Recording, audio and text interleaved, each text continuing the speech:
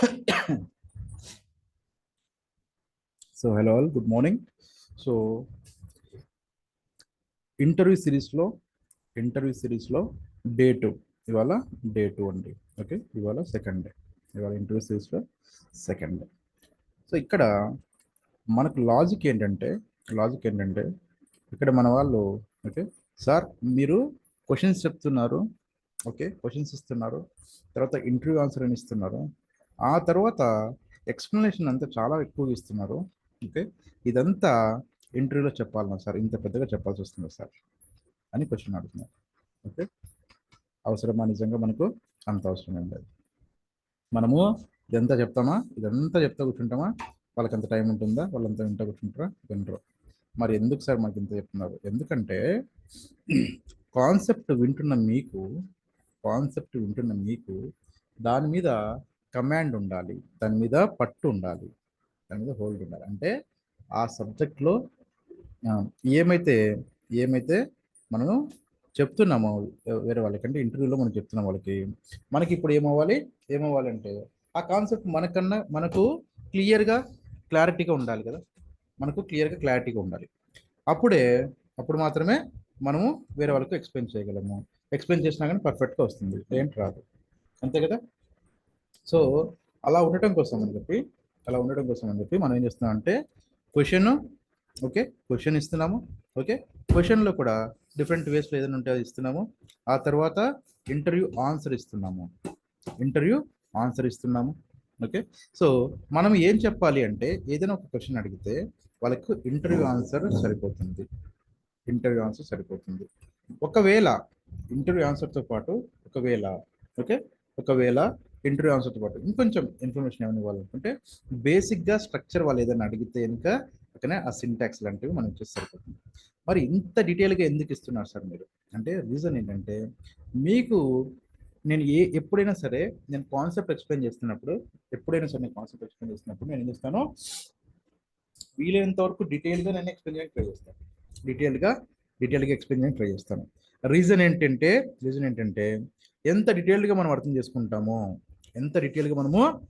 చేసుకుంటామో అంత బాగా మనము కాన్సెప్ట్ ఎక్కడైనా సరే ఎక్స్ప్లెయిన్ చేయగలము.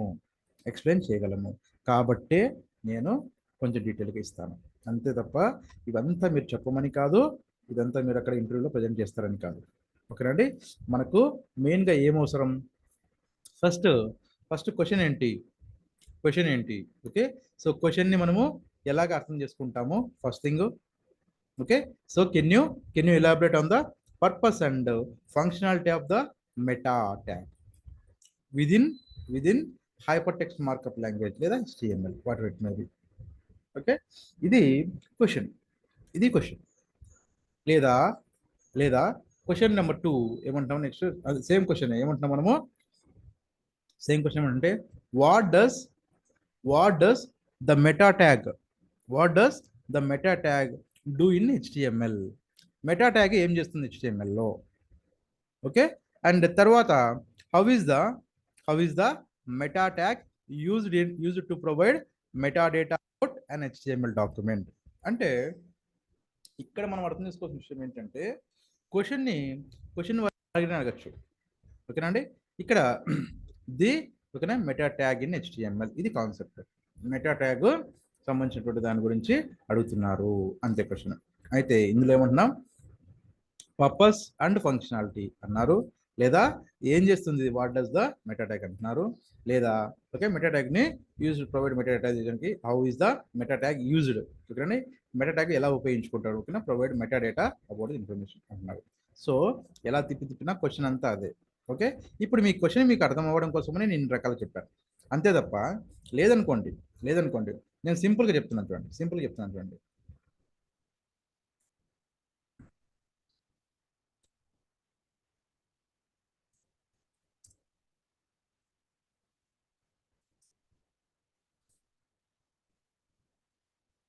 ఇక్కడ ఏదో ఒక సైట్ ఏదైనా, ఓకేనంటే మనకి ఇదని అదని ఏం లేదు, ఏదైనా సరే మీరు ఏమని తీసుకోండి. ఓకే, ఏది తీసుకున్నా సరే, ఓకే సే ఫర్ ఎగ్జాంపుల్ ఏదో ఒకటి తీసుకోండి. ఇందులో ఒక క్వశ్చన్ ఉంది, what is HTML. HTML stands for HTML stands for Hypertext Markup Language. It is used to design web pages using a markup language. HTML is a combination of hypertext markup language. ఓకేనండి. తర్వాత మొత్తం అంతా చెప్పారు దాని markup language use to define the text document something అని చెప్పి ఇచ్చారు. నేను కూడా డైరెక్ట్గా ఇక్కడ క్వశ్చన్ ఇక్కడ ఆన్సర్ ఇచ్చేస్తే కూడా సరిపోతుంది. నేను కూడా మీకు ఇక్కడ క్వశ్చన్ ఇక్కడ ఆన్సర్ ఇస్తే సరిపోతుంది. ఓకేనండి. సో నేను ఒక పీడిఎఫ్ డాక్యుమెంట్ లాగా మీకు తయారు చేసి ఒక పీడిఎఫ్ డాక్యుమెంట్ తయారు చేసి ఆ పీడిఎఫ్ డాక్యుమెంట్ని నేను పంపించినా కూడా మీరు ఏం చేసుకుంటారో మీకు ప్రొవైడ్ చేస్తే మీరు ఏం చేస్తారో ఆ క్వశ్చన్ చదివేసి క్వశ్చన్ చెప్పేస్తారు. ఓకేనండి. అప్పుడు క్వశ్చన్ మీకు చదివినప్పుడు మీరు క్వశ్చన్ చదివారు అండ్ మీ క్వశ్చన్కి మీరు ఆన్సర్ చేశారు. వెరీ గుడ్, చాలా బాగుంది, కాన్సెప్ట్ బాగుంది. కానీ ఒకవేళ ఇన్ కేస్ ఇప్పుడు ఆ క్వశ్చన్కి ఆన్సర్ మీకు చదివేశారు కానీ దాన్ని డెప్త్గా అర్థం అవ్వలేదు అనుకోండి, ఇన్డెప్త్గా మీకు క్వశ్చన్ అర్థం అవ్వలేదు అనుకోండి, మీరు ఇక్కడ చదివి చెప్పేస్తే వాళ్ళు ఎక్కడైనా సరే దాంట్లో మీరు చెప్పిన ఆన్సర్లు మళ్ళీ క్వశ్చన్ చేశారనుకోండి, ఓకేనా, there is a possibility. Obviously interview అంటేనే అంతే. ఏముంటుంది సార్ ఇంటర్వ్యూ ఎలా ఉంటుంది, మీరు ఏ క్వశ్చన్ అయితే చెప్తారో ఆ ఆన్సర్ని తీసుకొని అందులో నుండి మళ్ళీ క్వశ్చన్ అడగచ్చు. ఓకే, సే ఫర్ ఎగ్జాంపుల్ నేను ఒక ప్రాజెక్ట్ గురించి ఎక్స్ప్లెయిన్ చేశాను అనుకోండి. సో ప్రాజెక్ట్ నేను ఈ ప్రాజెక్ట్ చేస్తున్నాను, లేదంటే ఈ ప్రాజెక్ట్ చేశాను, నాకు ఈ ప్రాజెక్ట్ ఎక్స్పీరియన్స్ ఉంది అనుకోండి. ఇప్పుడు ఏం చేస్తారంటే ఆ ప్రాజెక్ట్లో క్వశ్చన్లు అడుగుతారు. మీరు ఒకవేళ అర్రేస్ గురించి ఏదైనా మాట్లాడారనుకోండి, మళ్ళీ ఏం చేస్తారంటే వాళ్ళు అర్రేస్ రిలేటెడ్గా మళ్ళీ క్వశ్చన్ అడుగుతారు. అంటే మీరు ఎక్కడ స్టాప్ చేస్తారో, ఎక్కడైతే ఏ టాపిక్లో అయితే మీరు ఎండ్ చేస్తారో ఆ టాపిక్ వాళ్ళు మళ్ళీ క్వశ్చన్స్ అడిగే అవకాశం ఉంటుంది. అయితే ఇక్కడ లాజిక్ ఏంటంటే వాళ్ళు క్వశ్చన్ అడిగారు, మనం చెప్పాము. అది ఎలా ఉంటుందంటే అండి, ఈ క్వశ్చన్కి ఆన్సర్ రైట్గా ఆన్సర్లు ఇస్తే ఓకేనండి, కొన్ని వర్క్ అవుతాయి, కొన్ని వర్క్ అవ్వ ఇన్ ద సెన్స్ ఏంటంటే మీకు అర్థం అవ్వకపోతే, మీరు ఏం చెప్తున్నారో మీకు తెలియకపోతే వాటన్నిటిని ఏం చేయాలంటే బై హార్ట్ చేస్తామంటారు కదా, ఓకేనండి, బై హార్ట్ చేస్తారులేండి కొంచెం, అంటే దాన్ని హిందీలో రట్టా మారేది అంటారు. ఓకేనండి, అంటే దాని ఏమంటే బ్లైండ్గా బ్లైండ్గా గుర్తుంచుకోవాలి అనేలాగా ఉంటుంది. అలాంటి పరిస్థితి నా స్టూడెంట్స్కి నేను ఎప్పుడు తీసుకురాను. కాబట్టి ఏంటంటే కాన్సెప్ట్ మీరు క్లియర్గా అర్థం చేసుకోవాలి, అంతే. కాన్సెప్ట్ క్లియర్ అర్థం చేసుకోవాలి. ఫస్ట్ థింగ్ కాన్సెప్ట్ క్లియర్ అర్థం చేసుకోవాలి. కాన్సెప్ట్ క్లియర్ అర్థమైపోతే వాళ్ళు అడిగితే మిమ్మల్ని పొరపాటున నిద్రపోతున్నప్పుడు వాళ్ళు నిద్ర లేపి క్వశ్చన్ అడిగినా కూడా మీరు నిద్రలో కూడా మీరు ఆన్సర్ చేయగలరు. ఎలాగా బై హార్ట్ చేయరు, అక్కడ మీరు బై హార్ట్ చేయరు. మీరు ఏం చేస్తారు, మీ కాన్సెప్ట్ మీకు గుర్తుండిపోతుంది. ఇది కాన్సెప్ట్. కాబట్టి ఈ కాన్సెప్ట్ని మీరు ఎలా చెప్తారు అనేది ఆ టైంలో మీ బ్రెయిన్ వర్క్ అయిన విధానం బట్టి మీరు సింపుల్ ఇంగ్లీష్లో చెప్తారా, ప్రొఫెషనల్ ఇంగ్లీష్లో చెప్తారా, ఓకేనండి, మీకు వచ్చినటువంటి ఇంగ్లీష్లో ఎలా ఉంటుందో అలా చెప్తారా, అది మీ ఇష్టం. ఓకేనా, అది అక్కడ ఉన్న పర్సన్ బట్టి డిఫరెంట్గా వస్తాయి. కానీ కాన్సెప్ట్ మీ దగ్గర ఉంటే ఆన్సర్ ఆటోమేటిక్గా బయటకు వస్తుంది. అందు గురించి నేను డీటెయిల్గా ఇస్తున్నాను తప్ప మిమ్మల్ని కన్ఫ్యూజ్ చేయాలని కాదు, లేదా అంత ఎక్కువగా టైం తీసుకోవాలని కాదు. ఓకే, లేదు సార్ మాకు డైరెక్ట్ క్వశ్చన్ ఆన్సర్ ఇచ్చేయండి అంటే నేను ఐఎమ్ రెడీ, నాకేం ప్రాబ్లం లేదు. కాకపోతే ఏంటంటే క్వశ్చన్ ఆన్సర్ ఇచ్చేస్తే మీరు ప్రాబ్లమ్ ఫేస్ చేస్తారు. కాబట్టి నేను చెప్తాను. అండ్ ఇక్కడ చెప్తున్నట్లే కాన్సెప్ట్ నేను ఏం చేస్తున్నాను అంటే కనుక కుదిరినంత వరకు మ్యాక్సిమం ఏం చేస్తున్నాను, ఇక్కడ మీకు ప్రాక్టికల్ కూడా చేసి చూపిస్తున్నాను. ప్రాక్టికల్ ఇన్ ద సెన్స్ అంటే కోడ్ చూపిస్తున్నాను. ఓకే, మీకు ఒక కోడ్ చూపిస్తున్నాను. ఈ కోడ్ ద్వారా ఏమవుతుందంటే మీకు థియరీతో పాటుగా ప్రాక్టికల్ కూడా వస్తుంది. సో కాబట్టి నేను మీకు ప్రొవైడ్ చేస్తాను. ఓకేనండి, దయచేసి ఎవరు కూడా మీరు కన్ఫ్యూజ్ అవ్వకండి.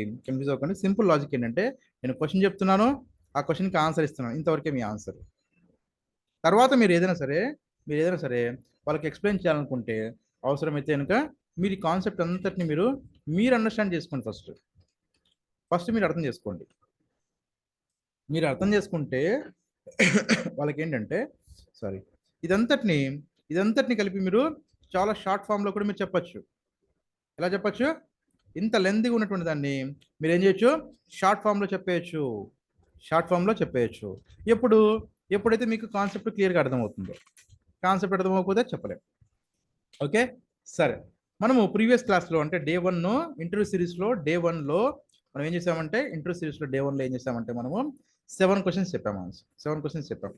ఓకేనా అండి, 7 క్వశ్చన్స్ చెప్పాము. ఓకే, సో సరే ఇక్కడ ఏంటంటే 8th క్వశ్చన్ నెంబరు 8 అండి. క్వశ్చన్ నెంబర్ 8 నుండి స్టార్ట్ చేస్తాం.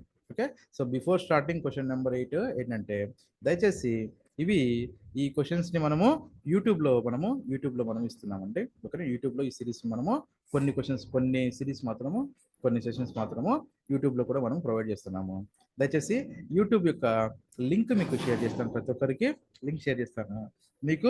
మీకు జెన్యున్గా మీకు ఏ ఫీలింగ్ అయితే ఉందో ఈ క్లాసెస్ గురించి, ఈ కోచింగ్ గురించి, వాటర్ మీరు ట్రైనింగ్ తీసుకుంటున్న దాని గురించి, కోర్స్ గురించి మీకు ఏం ఫీలింగ్ అయితే ఉందో దయచేసి జెన్యున్గా ఉన్నటువంటి ఫీడ్బ్యాక్ని అక్కడ గ్రూప్లో మీరు అంటే వాట్సాప్ కాదు, యూట్యూబ్లో ఆ వీడియోస్ దగ్గర మీరు మీ కామెంట్స్ అంటే మీ ఫీడ్బ్యాక్ ఇవ్వండి. దయచేసి ప్రతి ఒక్కరు ఇవ్వండి. రికార్డింగ్ ఉంటున్న వాళ్ళైనా సరే, క్లాస్లో ఉంటున్న వాళ్ళైనా సరే, ఎవరైనా సరే దయచేసి మీ రికార్డింగ్ని కామెంట్ రూపంలో యూట్యూబ్లో మీ ఫీడ్బ్యాక్ని కామెంట్ రూపంలో యూట్యూబ్లో దయచేసి మీరు ఇవ్వండి. ఓకేనండి, దానివల్ల ఏంటంటే ఇంకా కొంతమందికి హెల్ప్ అవుతుంది, నాకు కూడా హెల్ప్ అవుతుంది. ఓకే, సరే. ఇంకా జనరల్ ప్రమోషన్ ఏంటంటే obviously anybody can do software job. ఓకేనండి, సో ఎవరైనా సరే మీ ఫ్రెండ్స్ కానీ మీ రిలేటివ్స్ కానీ ఎవరైనా సరే మన full stack web development course join అవ్వాలనుకుంటే ఎవరైనా సరే మనకు 8466 ఓకే, 8466 ఓకే, ఈ నెంబర్కి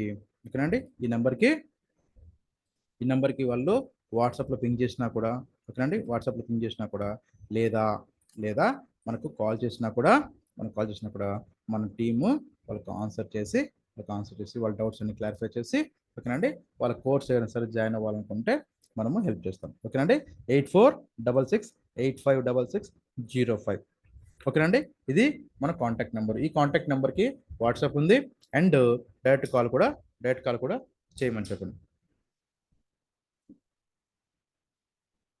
ఓకే, సో ఇది జనరల్గా. ఓకేనండి, సో దీనివల్ల ఏంటంటే యూట్యూబ్ చూస్తున్న వాళ్ళైనా సరే, లేదా మీ ఫ్రెండ్స్ అయినా సరే, మీ రిలేటివ్స్ అయినా సరే, ఎవరికైనా సరే full stack web development course requirement ఉంటే, కోర్స్ జాయిన్ అవ్వాలనుకుంటే, వాళ్ళు సాఫ్ట్వేర్లోకి ఎంటర్ అవ్వాలనుకుంటే, సో మనము ఆ కోర్స్ ప్రొవైడ్ చేస్తాం కాబట్టి. ఓకేనండి, సో ఇప్పుడు మనం చెప్తున్న ఇంటర్వ్యూ సిరీస్ కూడా it's a part of course, మన కోర్సులోని భాగమే ఇది కదా ఇది. ఓకేనా, ఇది సపరేట్గా ఇంటర్వ్యూ సిరీస్ కోసం నేను ఛార్జ్ చేయట్లేదు.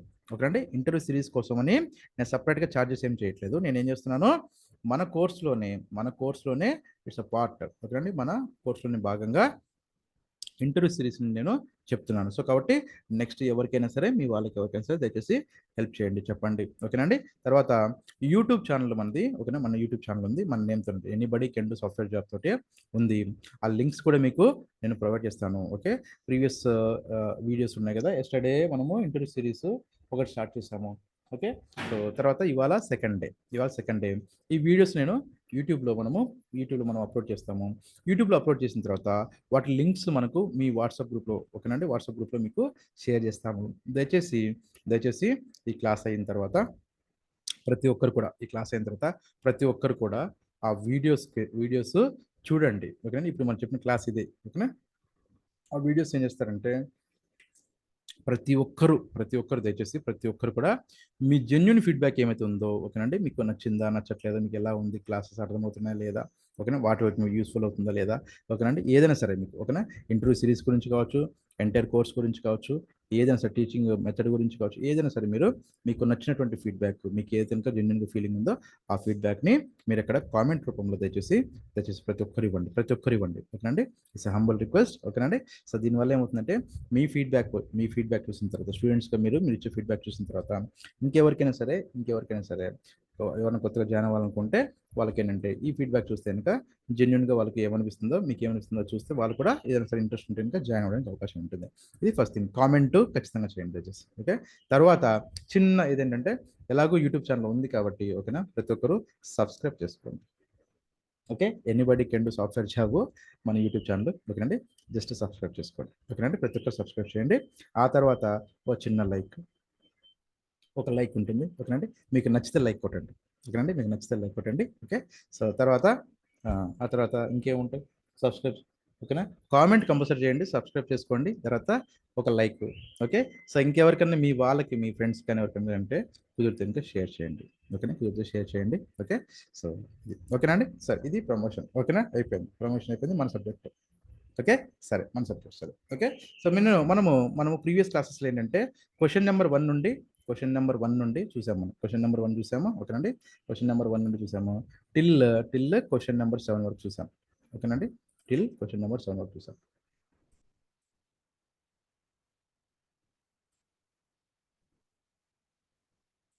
ఓకే, సో క్వశ్చన్ నెంబర్ 7 వరకు చూసాం. ఓకే, బాడీ సెక్షన్ సంథింగ్ చూసాం మనము. ఓకే, ఇప్పుడు క్వశ్చన్ నెంబర్ 8. ఇప్పుడు ఏంటి? Question number 8. ఈ క్వశ్చన్ నెంబర్ 8లో ఏమంటున్నాడంటే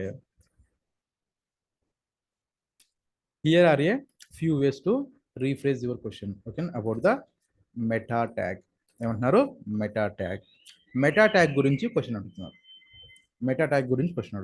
నేను మీకు ఇంతకుముందు కూడా చెప్పాను. ఏం చెప్పానంటే ఇంటర్వ్యూస్లో మనం వెళ్తున్నప్పుడు ఫుల్ స్టాక్ వెబ్ డెవలప్మెంట్ వెళ్తున్నప్పుడు, లేదా ఫ్రంట్ ఎండ్కి వెళ్తున్నప్పుడు, ఓకేనండి, ఎక్కడికైనా వెళ్తున్నప్పుడు హెచ్టిఎంఎల్ మీద అన్ని క్వశ్చన్లు అడుగుతారా అనేది, ఓకేనండి, అది ఒక జస్ట్ ఒక అది ఎలా ఉంటుందంటే కనుక చాలా ఎగ్జాజరేషన్ లాగానే ఉంటుంది. ఓకేనండి, నిజంగా అన్ని క్వశ్చన్స్ ఎవ్వరు అడగరు. మరి ఎందుకు సార్ అంటే ఏ క్వశ్చన్ అడిగినా మనం రెడీగా ఉండాలి కాబట్టి మనము ఇన్ని నేర్చుకుంటున్నాం అంతే. లేకపోతే కనుక ఇన్ని ఏమి ఉండవు. జనరల్గా చెప్తాను చూడండి, ఇంటర్వ్యూస్లో ఏంటంటే మాక్సిమం అడిగితే ఎలా అడుగుతారంటే జనరల్గా కొన్ని టాపిక్స్ మీద, కొన్ని చిన్న టాపిక్స్ మీద అడుగుతారు. ఏంటంటే మనకు సిమాంటిక్, నాన్ సిమాంటిక్ అంటే ఏంటి అని ఒకటి అడుగుతారు. అసలు అది తెలుసా లేదా అనే దానికోసమే. తర్వాత HTML5 వర్జన్ ఎప్పుడైతే ఉందో అందులో లేటెస్ట్గా ఏమేమి యాడ్ అయ్యాయి. ఓకేనండి? HTML5. ఓకేనా? HTML5 వర్జన్లో ఏమేమి యాడ్ అయ్యాయి, ప్రీవియస్ వర్జన్కి ఈ వర్జన్కి డిఫరెన్స్ ఏంటి, ఓకేనండి, జనరల్గా చెప్తున్నాను. ఓకే, ఇంకా కొంతమంది ఏంటంటే ఈ యాంకర్ ట్యాగ్ని ఉపయోగించేటప్పుడు డిఫరెంట్ వేస్లో మనం ఉపయోగిస్తాం. యాంకర్ ట్యాగ్ని అంటే హెచ్ఎఫ్ అంటాము. ఓకేనా? హైపర్ లింక్స్ అంటారు. ఓకే, ఏదైనా సరే దాన్ని ఎలా చేస్తున్నాం అనేసి అలాంటి క్వశ్చన్స్ జనరల్గా ఇదే అడగాలని లేదా, అలాంటివి ఏదైనా సరే అడుగుతారు. ఆ తర్వాత ఏంటంటే ఇమేజెస్ ఉన్నాయనుకోండి, ఓకే, ఒక ఇమేజ్ని మనము బై యూజింగ్ ఓన్లీ హెచ్టిఎంఎల్, ఓకేనా, ఓన్లీ హెచ్టిఎంఎల్తో ఎలా ఇస్తాము, లేదంటే HTML విత్ CSS అయితే ఎలా ఇస్తాము, ఓకేనండి, దాన్ని ఎలాగ మనం చేస్తామంటే సైజెస్ కానీ, ఓకేనా, దానికి ఉన్నటువంటి ఇది కానీ అలాగా కొన్ని చెప్తారు. ఓకేనా? సే ఫర్ ఎగ్జాంపుల్ ఒక ఫోల్డర్ ఉందనుకోండి, మన డైరెక్టరీ అంటారు దాన్ని, ఫోల్డర్ని డైరెక్టరీ అంటారు అక్కడ. ఓకే, సో డైరెక్టరీ అన్న ఫోల్డర్ని అంతా ఒకటే. ఇక్కడ ఏంటంటే మన ఫోల్డర్, ఇప్పుడు ఫర్ ఎగ్జాంపుల్ మన HTML ఏదైతే index.html సంథింగ్ అని పేరు పెట్టుకుంటాం కదా, ఆ ఫైల్ ఎక్కడ ఉంది, HTML ఫైల్ ఎక్కడ ఉంది, ఓకే, ఇమేజ్ ఎక్కడ ఉంది, ఇమేజ్ ఉన్న ప్లేస్ని బేస్ చేసుకొని సేమ్ ఫోల్డర్లో ఉంటే ఎలాంటి సింటాక్స్ వస్తుంది, దానికి ఎలాగ మనకు పాత్ ఇస్తాము, లేదా సబ్ ఫోల్డర్లో ఉంటే ఎలా ఉంటుంది, లేదా పేరెంట్ ఫోల్డర్లో ఉంటే ఎలా ఉంటుంది, లేదా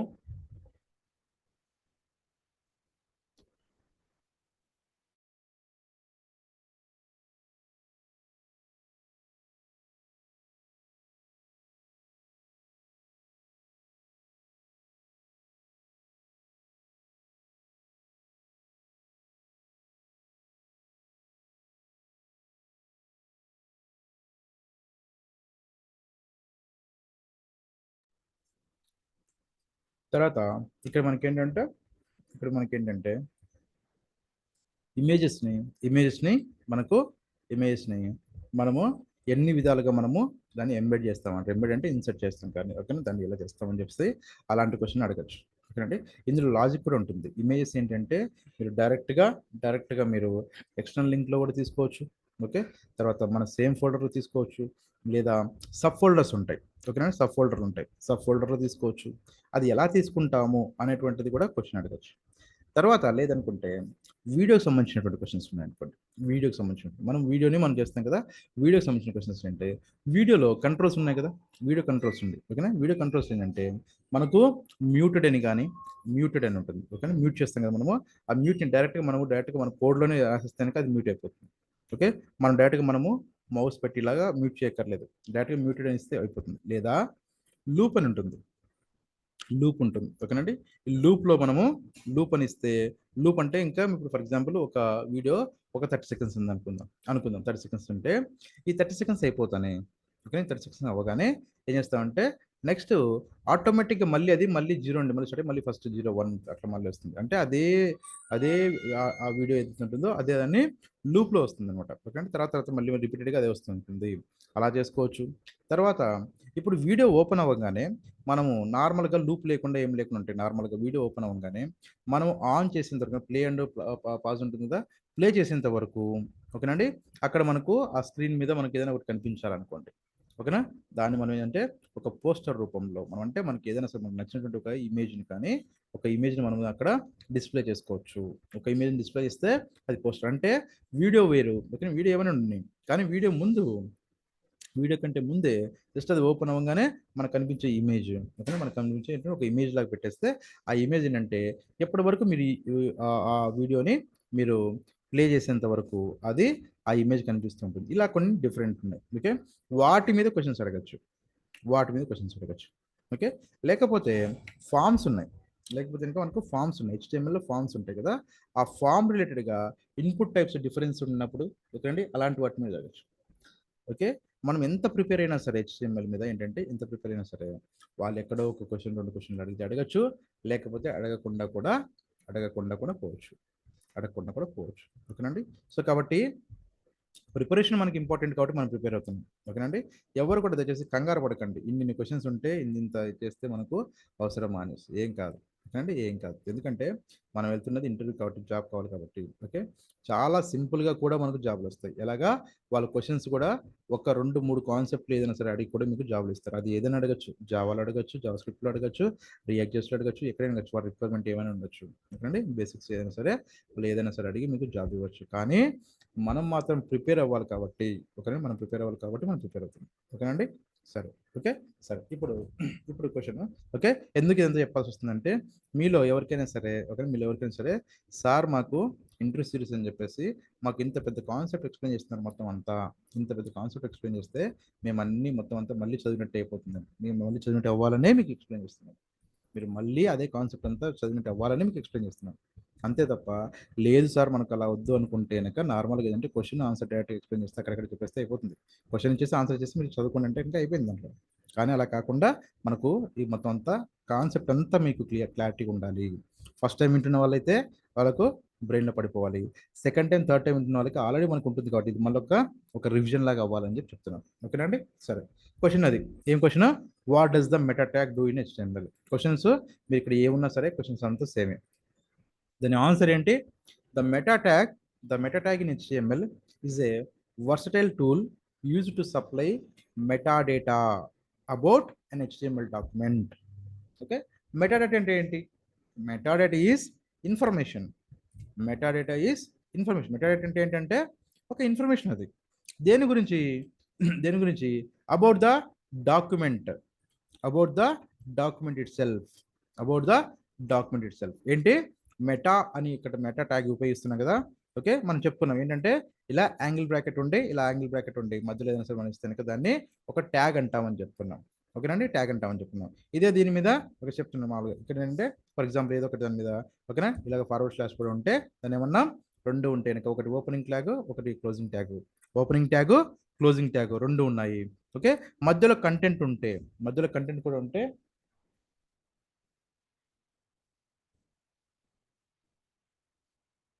రెండు మధ్యలో అంటే ఓపెనింగ్ ట్యాగు, క్లోజింగ్ ట్యాగు, మధ్యలో కంటెంట్, ఈ 3 ఉంటే ఏమవుతుందండి మొత్తం అంతా ఉంటే సమ్ టైమ్స్ యాట్రిబ్యూట్స్ కూడా ఉంటాయి. ఓకేనండి, మొత్తం అంతా ఉంటే దాన్ని ఏమంటామంటే ఎలిమెంట్ అంటాము. సరే, ఇక్కడ మెటా ట్యాగ్, ఓకేనండి, ఇది ఏం చేస్తుందంటే మెటా డేటా అంటారు దాన్ని. ఓకేనా, మెటా డేటా అంటారు. ఓకే, ఈ మెటా డేటా అంటే ఏంటంటే information about the document it self. మీకు ఇక్కడ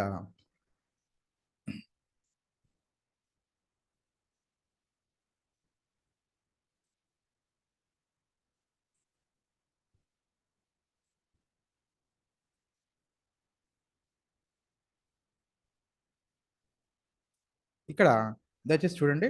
ఇక్కడ ఏం చేసామంటే మనము నార్మల్గా హెడ్ సెక్షన్ ఇక్కడ మనకు డాక్ టైప్ హెచ్టిఎంఎల్ సింటాక్స్ మనం రాసుకున్నాం కదా, ఒక బేసిక్ స్ట్రక్చర్ ఇది. ఆ తర్వాత హెచ్టిఎంఎల్ అని రాసుకున్నాం, ఆ తర్వాత హెడ్ రాస్తాం కదా.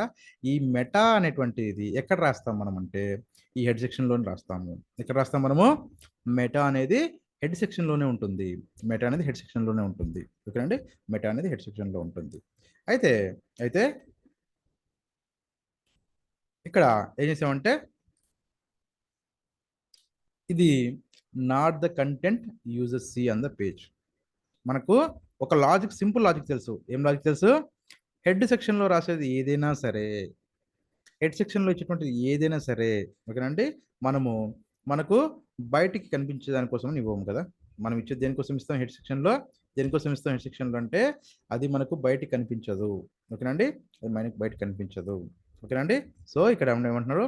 Not the content users see on the page అంటే యూజర్స్ చూడటానికి కోసం కాదు అది కంటెంట్ హెడ్ సెక్షన్లో. ఓకేనండి. తర్వాత functionality of the meta type. Functionality of the meta type. Okay, the meta tag goes within ఓకేనా, విదిన్ ద హెడ్ సెక్షన్. ఇప్పుడు మనం చెప్పాం కదా ఏంటంటే మెటా ట్యాగ్ ఎక్కడ ఉంటుంది? హెడ్ సెక్షన్లో ఉంటుంది. హెడ్ సెక్షన్లో ఉంటుంది. ఓకేనా, of your HTML document. It provides a way to specify various metadata details, okay, influencing how the document is interpreted by search engines, browsers and other devices. ఓకేనండి, అంటే ఇవన్నీ దేనికి ఉపయోగపడుతున్నాయి అంటే మనకు సే ఫర్ ఎగ్జాంపుల్ మనకు ఒక వెబ్సైట్ ఉందనుకోండి. ఓకేనండి, ఒక వెబ్సైట్ ఏదైనా సరే బ్లాగ్ ఏదైనా సరే మనకు ఉన్నాయనుకుంటే మనకు SEO అని ఉంటుంది. ఓకేనండి, SEO అని ఉంటుంది. ఓకే, దాంట్లో ఏం చేస్తారంటే సెర్చ్ ఇంజిన్ ఆప్టిమైజేషన్ అంటాం మనం. ఓకేనా, SEO అంటే సెర్చ్ ఇంజిన్ ఆప్టిమైజేషన్. ఏం చేస్తుందంటే ఇప్పుడు ఎప్పుడైతే మనం గూగుల్లోకి వెళ్ళి కానీ లేదంటే సెర్చ్ ఇంజిన్కి వెళ్ళేసి మనం ఏదైనా ఒకటి టైప్ చేయగానే దాని రిలేటెడ్ కొన్ని వెబ్సైట్స్ మనకు వస్తున్నాయి కదా. మనం ఏదో ఒకటి టైప్ చేస్తే దాని రిలేటెడ్ మనకు వస్తున్నాయి కదా. అలా రావాలంటే గూగుల్ కానీ దేనికైనా సరే వాటికి ఎలా తెలుస్తుందంటే మన డాక్యుమెంట్లో మనం ఇచ్చేటువంటి కోడ్ని బేస్ చేసుకొని అది సెర్చ్ చేసుకుంటుంది. ఓకేనండి, సెర్చ్ చేసుకుంటుంది. సో కాబట్టి మనము డాక్యుమెంట్లో మనం ఏమైతే ఇస్తున్నామో దాని బేసిస్ మీద సెర్చ్ చేసుకొని మనకు వస్తుంది కాబట్టి. ఓకేనండి, కాబట్టి ఓకే, సో మనం అది క్లారిటీగా మనము 1 by 1 మనం ఇస్తున్నాం ఇక్కడ మనం ఇస్తున్నాం. ఓకే, సరే. ఇప్పుడు మెటా దాని యొక్క మెటా యొక్క సింటాక్స్ చూడండి. ఓకేనండి, మెటా సింటాక్స్. మెటాలో ఒకటే కాదు. ఓకేనండి, మెటాలో చాలా ఉన్నాయి. ఓకేనండి, మెటాలో చాలా ఉన్నాయి, ఒకటే కాదు. అది అవసరాన్ని బేస్ చేసుకొని ఓకేనండి మనకు అందులో ఏమేమి కావాలి అనే దాని గురించి ఉంటుంది. ఓకే, దాని గురించి ఉంటుంది. ఓకే, సో ఇప్పుడు ఏంటంటే ఫస్ట్ థింగ్ ఏంటంటే ఓకేనా, క్యారెక్టర్ ఎన్కోడింగ్ అన్నాం. ఓకేనండి, క్యారెక్టర్ ఎన్కోడింగ్. దీని మీద మళ్ళీ ఇంకొక క్వశ్చన్ వస్తుంది, నో నీడ్ టు వరీ. ఓకేనండి, క్యారెక్టర్ ఎన్కోడింగ్ తర్వాత meta view port, character encoding meta view port, వీటి మీద మళ్ళీ వీ హ్యావ్ అనదర్ క్వశ్చన్స్ ఉన్నాయి మనకు. సో మనం ఏం చేయాలంటే ఈ టాపిక్లో జస్ట్ మనకేంటంటే వాట్ ఈజ్ మెటా, ఓకేనండి. సో దాన్ని ఏం చేస్తున్నాం, ఎక్కడ ఉంటుంది, ఇంతవరకు మన క్వశ్చన్కి ఆన్సర్ ఇది.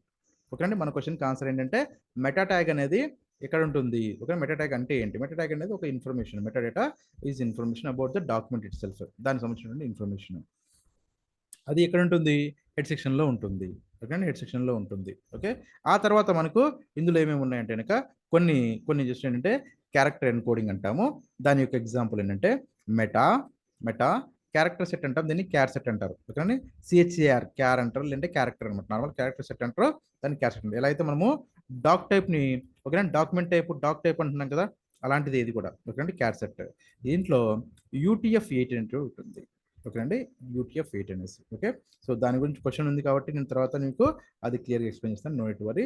బట్ జనరల్గా UTF-8 అనేది ఏంటంటే ఏం చేస్తుంది, తర్వాత అసలు ఇందులో క్యారెక్టర్ ఎన్కోడింగ్ అంటే ఏంటంటే బేసిక్గా చెప్పాలంటే declare the character encoding used in your document. Okay, this ensures proper display of characters across different languages. Say for example ఏదైనా సరే ఒక లాంగ్వేజ్ ఉందనుకోండి, ఏదో ఒక లాంగ్వేజ్ ఉంటుంది. ప్రతి లాంగ్వేజ్లోనూ అంటే ఇప్పుడు మనకు కొన్ని సింబల్స్ ఉంటాయి, కొన్ని క్యారెక్టర్స్ కానీ సింబల్స్ కానీ ఉంటాయి. ఓకేనండి, క్యారెక్టర్స్ సింబల్స్ ఉంటాయి. అంటే ఇప్పుడు చైనీస్ లాంగ్వేజ్ ఇంకా ఏదో ఉంటాయి, మొత్తం లాంగ్వేజ్ ఉన్నాయి కదా, వాటిలో ఉన్నటువంటి ఆ క్యారెక్టర్స్ ఆ సింబల్స్ ఏవైతే ఉన్నాయో అవి ప్రాపర్గా మన వెబ్సైట్లో మనకు అవసరమైనప్పుడు మనకు రెండర్ చేసుకోవాలి, అంటే మనకు రావాలి. అంటే ఫర్ ఎగ్జాంపుల్ ఒక ఎగ్జాంపుల్ చెప్పాలంటే ఒక యూరో అని అనుకోండి, యూరో అని రాస్తున్నాం అనుకోండి, ఓకేనండి. యూరోని ఓకే నార్మల్గా యూరోని ఇలా రాయకుండా ఓకేనా ఒక సింబల్ తోటి కూడా రాస్తాం. ఓకే, యూరోని ఒక సింబల్ తోటి కూడా రాస్తాం. ఇలాంటివన్నీ ఒక ఎగ్జాంపుల్ లాగా, అదొక ఇస్ జస్ట్ ఎన్ ఎగ్జాంపుల్ అంతే. సో యూరో అలాంటి ఏదైనా సరే ఇంకా చాలా సింబల్స్ వస్తాయి, కొన్ని సింబల్స్ వస్తాయి. ఓకే, సో మనము ఇవి ఇవ్వకపోతే ఏమవుతుందంటే అవి కన్వర్షన్ ప్రాపర్గా రెండర్ చేయకుండా మనకు అర్థం కాని కొన్ని సింబల్స్ వస్తాయి అందులో. మనకు రావాల్సిన వాటిని అర్థం కాని సింబల్స్ మనకు వస్తే మనకు అది ఏంటో అర్థం కాక ప్రాబ్లం వస్తుంది. కాబట్టి అలా రాకుండా కరెక్ట్గా మనకు మొత్తం మన క్యారెక్టర్స్ మనం రాసినటువంటి ఏబిసిడ్లు ఇప్పుడు రాసినటువంటి ఇవి కూడా ఏబిసిడ్లు కావచ్చు, ఇంకేం కావచ్చు, అవన్నీ ప్రాపర్గా రావడం కోసం అని చెప్పేసి అన్ని లాంగ్వేజ్లో నాట్ ఓన్లీ ఇంగ్లీష్, ఓకేనా, చాలా లాంగ్వేజ్ ఉన్నాయి కదా, అన్ని లాంగ్వేజ్లో రావడం కోసం అని చెప్పేసి మనం ఏం చేస్తామంటే మెటా క్యార్సెట్ UTF-8 అని ఇస్తున్నాము. ఓకే, ఈ మెటా క్యార్సెట్ UTF-8 గురించి మళ్ళీ క్వశ్చన్లో నేను క్లియర్గా ఎక్స్ప్లెయిన్ చేస్తాను. ఆ తర్వాత ఏంటంటే ఇందులో డాక్యుమెంట్ డిస్క్రిప్షన్ ఇవన్నీ ఓకే, ఇవన్నీ చిన్న ఓకే. సో నెక్స్ట్ ఏంటంటే మెటాలో వ్యూ పోర్ట్ అని ఒకటి ఉంటుంది, ఓకేనా, వ్యూ పోర్ట్ అని ఉంటుంది. ఓకే, వ్యూ పోర్ట్ ఉంటుంది. ఇప్పుడు ఎలాగైతే కనుక మెటాలో క్యార్సెట్ UTF-8 చెప్పాను, అలాగే వ్యూ పోర్ట్ అని ఉంటుంది. వ్యూ పోర్ట్ అంటే ఏం చేస్తుంది? Okay, control how your page is scaled on various devices using the view port meta. అంటే ఏం లేదండి, సింపుల్ ఏంటంటే మనం ఇప్పుడు మన వెబ్సైట్ మనం డెవలప్ చేసిన తర్వాత అది ల్యాప్టాప్లో అయినా చూడొచ్చు, డెస్క్టాప్లో అయినా చూడొచ్చు, లేదా మనం ట్యాబ్ ఉంటుంది, ట్యాబ్లెట్ అంటాం కదా, ట్యాబ్లో చూడొచ్చు, లేదా మొబైల్లో కూడా చూడొచ్చు కదా. చూసినప్పుడు ఏంటంటే మన మొబైల్లో చూసినప్పుడు మొబైల్ చాలా చిన్నగా స్క్రీన్ ఉంటుంది, మొబైల్ యొక్క స్క్రీన్ సైజ్ ఏముంటుందో అది చిన్నగా ఉంటుంది కంపేర్ టు ల్యాప్టాప్స్ కానీ కోదానికని. ఇప్పుడు మీరు మొబైల్లో చూసినా కూడా ఇప్పుడు ఇదే డేటా అనుకోండి, ఇదే ఉందనుకోండి, ఓకే, ఇది ఇప్పుడు నేను ల్యాప్టాప్లో చూసిన కాబట్టి ఇలా కనిపిస్తుంది, ఇంత పెద్ద కనిపిస్తుంది. అదే మొబైల్లో చూస్తే నాకు ఫర్ ఎగ్జాంపుల్ మొబైల్ సైజ్ ఇంతవరకే ఉందనుకోండి, ఇప్పుడు నాకు సగం కనిపించి ఎందుకంటే ఈ సగం కనిపించలేదు అనుకోండి, ఎందుకంటే మొబైల్ యొక్క స్క్రీన్ సైజ్ నాకు అంతే ఉంది కాబట్టి ఈ డాక్యుమెంట్ అంతా కనిపించకుండా ఓన్లీ ఇంతవరకు సగమే కనిపించింది అనుకోండి, అప్పుడు ఎలా ఉంటుంది? సగం ఇన్ఫర్మేషన్ ఉంటుంది. కాబట్టి అది కరెక్ట్ పద్ధతి అంటే కాదు. ఓకే, అది కరెక్ట్ పద్ధతి కాదు. అప్పుడు ఏంటి, ఫర్ ఎగ్జాంపుల్ నేను ఇదే కంటెంట్ని మొబైల్లో చూస్తే ఆటోమేటిక్గా ఓకేనండి ఇదంతా స్క్రీన్ సైజ్కి అడ్జస్ట్ అవ్వాలి. నా స్క్రీన్ సైజ్ చిన్నగా ఉంటే చిన్నగా నాకు కానీ మొత్తం అంతా కనిపించాలి, ఇదంతా కనిపించాలంటే ఓకేనండి స్క్రీన్ సైజ్కి అది అడ్జస్ట్ చేసుకోవాలి. ఓకేనండి, అది అడ్జస్ట్ చేసుకోవడం కోసం మనం ఏమొస్తున్నామంటే ఇంకొక మెటా ట్యాగ్ ఉపయోగిస్తున్నాము. ఆ మెటా ట్యాగ్లో meta name equal to viewport అంటున్నాను. ఓకే, వ్యూ పోర్ట్ అంటున్నాను, name equal to viewport అంటున్నాను. ఆ కంటెంట్ ఏంటంటే విడ్త్, ఓకేనండి, width equal to device width అంటున్నాము. Width equal to device width అంటే విడ్త్ ఎంత ఉండాలంటే ఆ కంటెంట్ యొక్క విడ్త్ ఎంత ఉండాలంటే ఏ డివైస్ అయితే మీరు తీసుకుంటారో మీ డివైస్ ఏమైనా కావచ్చు, మొబైల్ కావచ్చు, ట్యాబ్ కావచ్చు, లేదా laptop, desktop, what maybe me device ఏదైతే ఉంటుందో ఆ డివైస్ యొక్క విడ్త్, ఓకేనండి, ఆ డివైస్ యొక్క విడ్త్కి సమానం అవ్వాలి, ఈక్వల్ అవ్వాలి. ఏమవ్వాలండి? విడ్త్ అనేటువంటిది ఆ డివైస్ ఏ డివైస్ అయితే మీరు చేస్తారో, ఏ డివైస్ అయితే మీరు ఓపెన్ చేస్తారో ఆ డివైస్ విడ్త్కి ఈక్వల్ అవ్వాలి, ఇది కాన్సెప్ట్. ఆ తర్వాత ఏమంటామంటే ఇనిషియల్ స్కేల్ అంటాం. ఓకే, ఇనిషియల్ స్కేల్ అంటాం అంటే ఏంటంటే ఇప్పుడు జూమ్ లెవెల్స్ అనమాట. జూమ్ ఉంటుంది కదా, ఓకేనండి, ఇది జూమ్ చేస్తాం కదా మనము. అంటే ఇప్పుడు ఇది మనం జూమ్ చేస్తాం, జూమ్ ఇన్ జూమ్ అవుట్ అని అంటాం. అంటే ఏంటంటే ఇప్పుడు దీన్ని జూమ్ చేసామనుకోండి బాగా పెద్దగా కనిపిస్తుంది, ఓకేనండి. తర్వాత లేదంటే కొంచెం చిన్నగా చేసుకుంటాం కదా మనం, జూమ్ చేస్తాం కదా. ఇప్పుడు ఈ జూమ్ గురించి ఏం చేస్తామంటే ఫస్ట్ మనకు 100%లో రావాలి, ఓకేనండి. ఇది యాక్చువల్ సైజ్ ఉంటుంది కదా, ఇది యాక్చువల్ సైజ్ ఎలా ఉందో అంత రావాలి. అంటే మీరు ఓపెన్ చేయగానే ఇది యాక్చువల్ సైజ్ ఎంత ఉంటుందో 100% అంతే అంత రావాలి అని అనుకొని ఏం చేస్తామంటే 1.1.o అంటే 0, ఓకేనండి. ఇక్కడ 1.0 అంటాం, దాన్ని 1.o అంటాము, ఓకేనండి. సో ఇది 1 అంటే ఏంటంటే 100% జూమ్ అని అర్థం. దీని మీనింగ్ ఏంటి? ఇది 100% జూమ్ అని అర్థం, ఓకేనండి. 100% జూమ్ అని అర్థం. ఇక్కడ మనకు 1.o లేదంటే 1.0 అంటారు. ఏదైనా అంటే దాని అర్థం ఏంటంటే 100% జూమ్ అంటే నాకు 100% యాక్చువల్ కంటెంట్ ఎంత ఉంటుందో అంతవరకు రావాలి, అంతా రావాలి. ఇది కాన్సెప్ట్ నాకు, ఓకేనండి. అలా కాకుండా ఇక్కడ నేను ఓకేనండి తక్కువ కూడా ఇవ్వచ్చు, ఓకేనండి. ఇక్కడ నేను తక్కువ కూడా ఇవ్వచ్చు. ఇలా ఇచ్చాను అనుకోండి, 0.5 ఓకేనా, లేదంటే O.5 what ever it may be ఓకేనండి. అంటే దాని అర్థం ఏంటి, ఇది 50% మాత్రమే, ఇది 50% మాత్రమే, ఇది ఏంటండి 50%. ఇక్కడ 1.0 అని ఇచ్చినప్పుడు 100% అయింది, 50% అంటే 0.5 50%. సార్ మనము 50% ఎందుకు ఇస్తాం సార్ అంటే మనకి ఇవ్వాలనుకుంటే ఇచ్చుకోవచ్చు.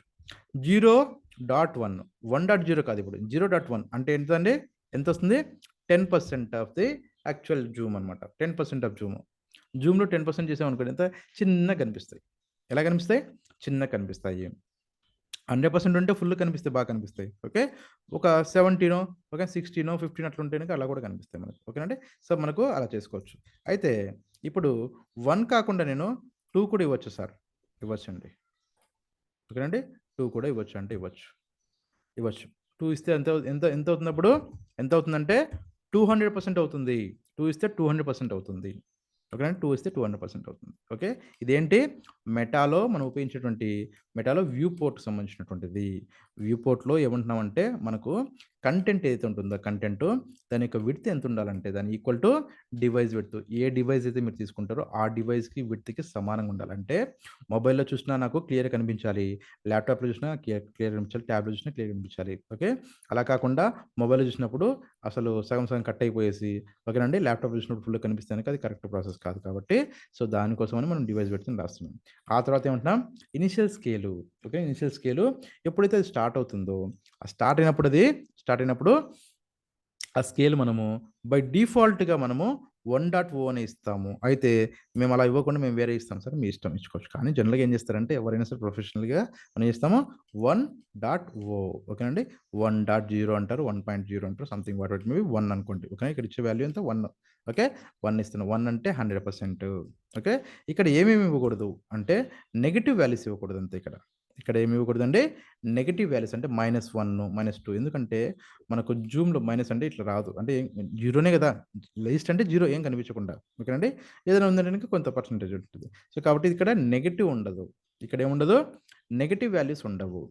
సో మనకేంటంటే పాజిటివ్గా వాల్యూస్ ఏవైతే ఉన్నాయో అవి మీరు కావాలనుకుంటే 0.1 దగ్గర నుండి స్టార్ట్ చేసుకొని 0.1 దగ్గర నుండి స్టార్ట్ చేసుకొని మీరు ఎంతైనా ఇచ్చుకోవచ్చు. ఓకేనండి, మీరు ఎంతైనా ఇచ్చుకోవచ్చు. ఇవి మెటాలో సంబంధించిన మెయిన్గా ఉన్నటువంటివి. ఓకేనండి, మెయిన్ ఉన్నటువంటివి. ఓకే, సో దాని గురించి కొంత డీటెయిల్గా ఇచ్చాను. నేను మీకు ఇస్తున్న కారణం ఏంటంటే మీరు అర్థం చేసుకుంటారనే తప్ప ఓకే, ఇంత పెద్ద ఇస్తే కనుక మీరు ఏదో అమ్మ బటన్గా ఫీల్ అవుతారు, బటన్ ఫీల్ అవ్వకండి. ఓకే, బటన్ ఫీల్ అవ్వకండి. ఓకే, సో ఇవన్నీ మీకు మీ మీ ఏమంటారు దాన్ని, మీ అండర్స్టాండింగ్ కోసం మాత్రమే. ఓకే, కొంచెం డీటెయిల్గా ఇప్పుడు set the initial Zoom level to 100%. ఓకేనండి, ఇవన్నీ చెప్తున్నా కదా, ఇవన్నీ ఏంటంటే మీకు కొంచెము ఇంకా బాగా అర్థమవుతుంది, ఇంకొంచెం చేస్తారని చెప్పి అంతే, అందుకంటే ఏం లేదు. ఓకే అండి, సింపుల్గా మీకు అర్థం అవ్వడం కోసం మాత్రం చెప్పాను. ఓకేనండి, సరే. ఓకే, ఇది ఈ క్వశ్చన్కి సంబంధించినటువంటి. ఓకేనండి, సరే.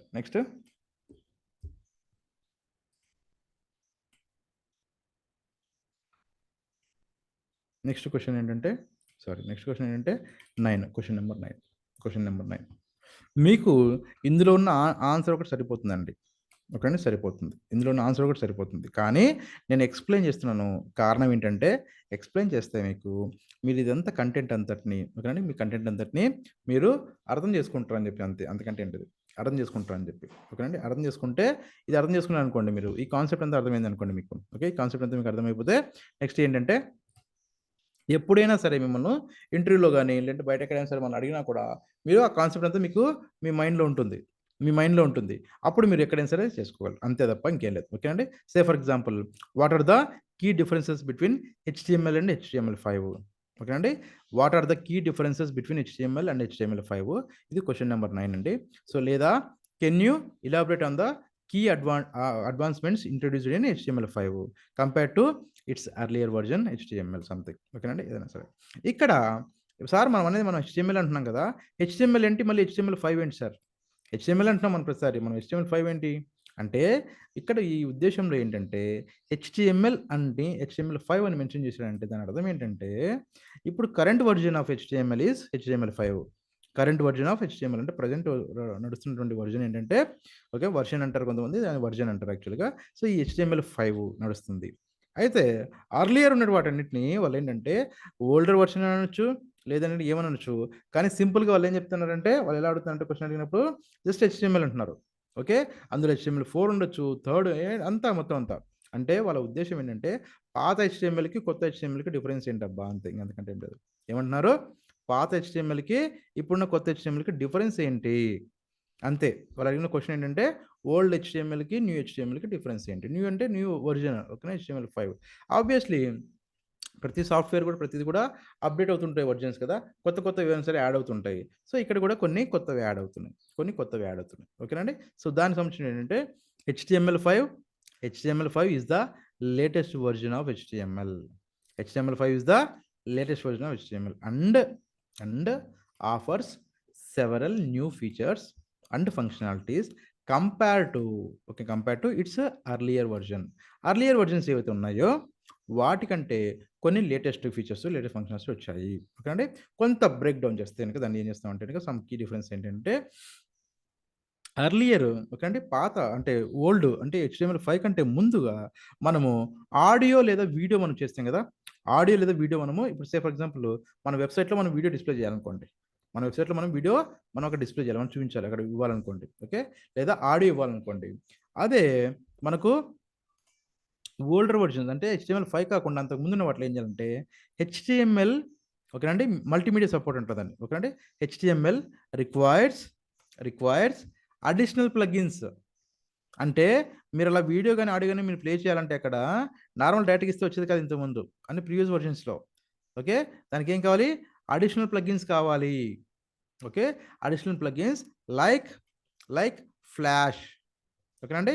To display audio and video. ఎప్పుడు?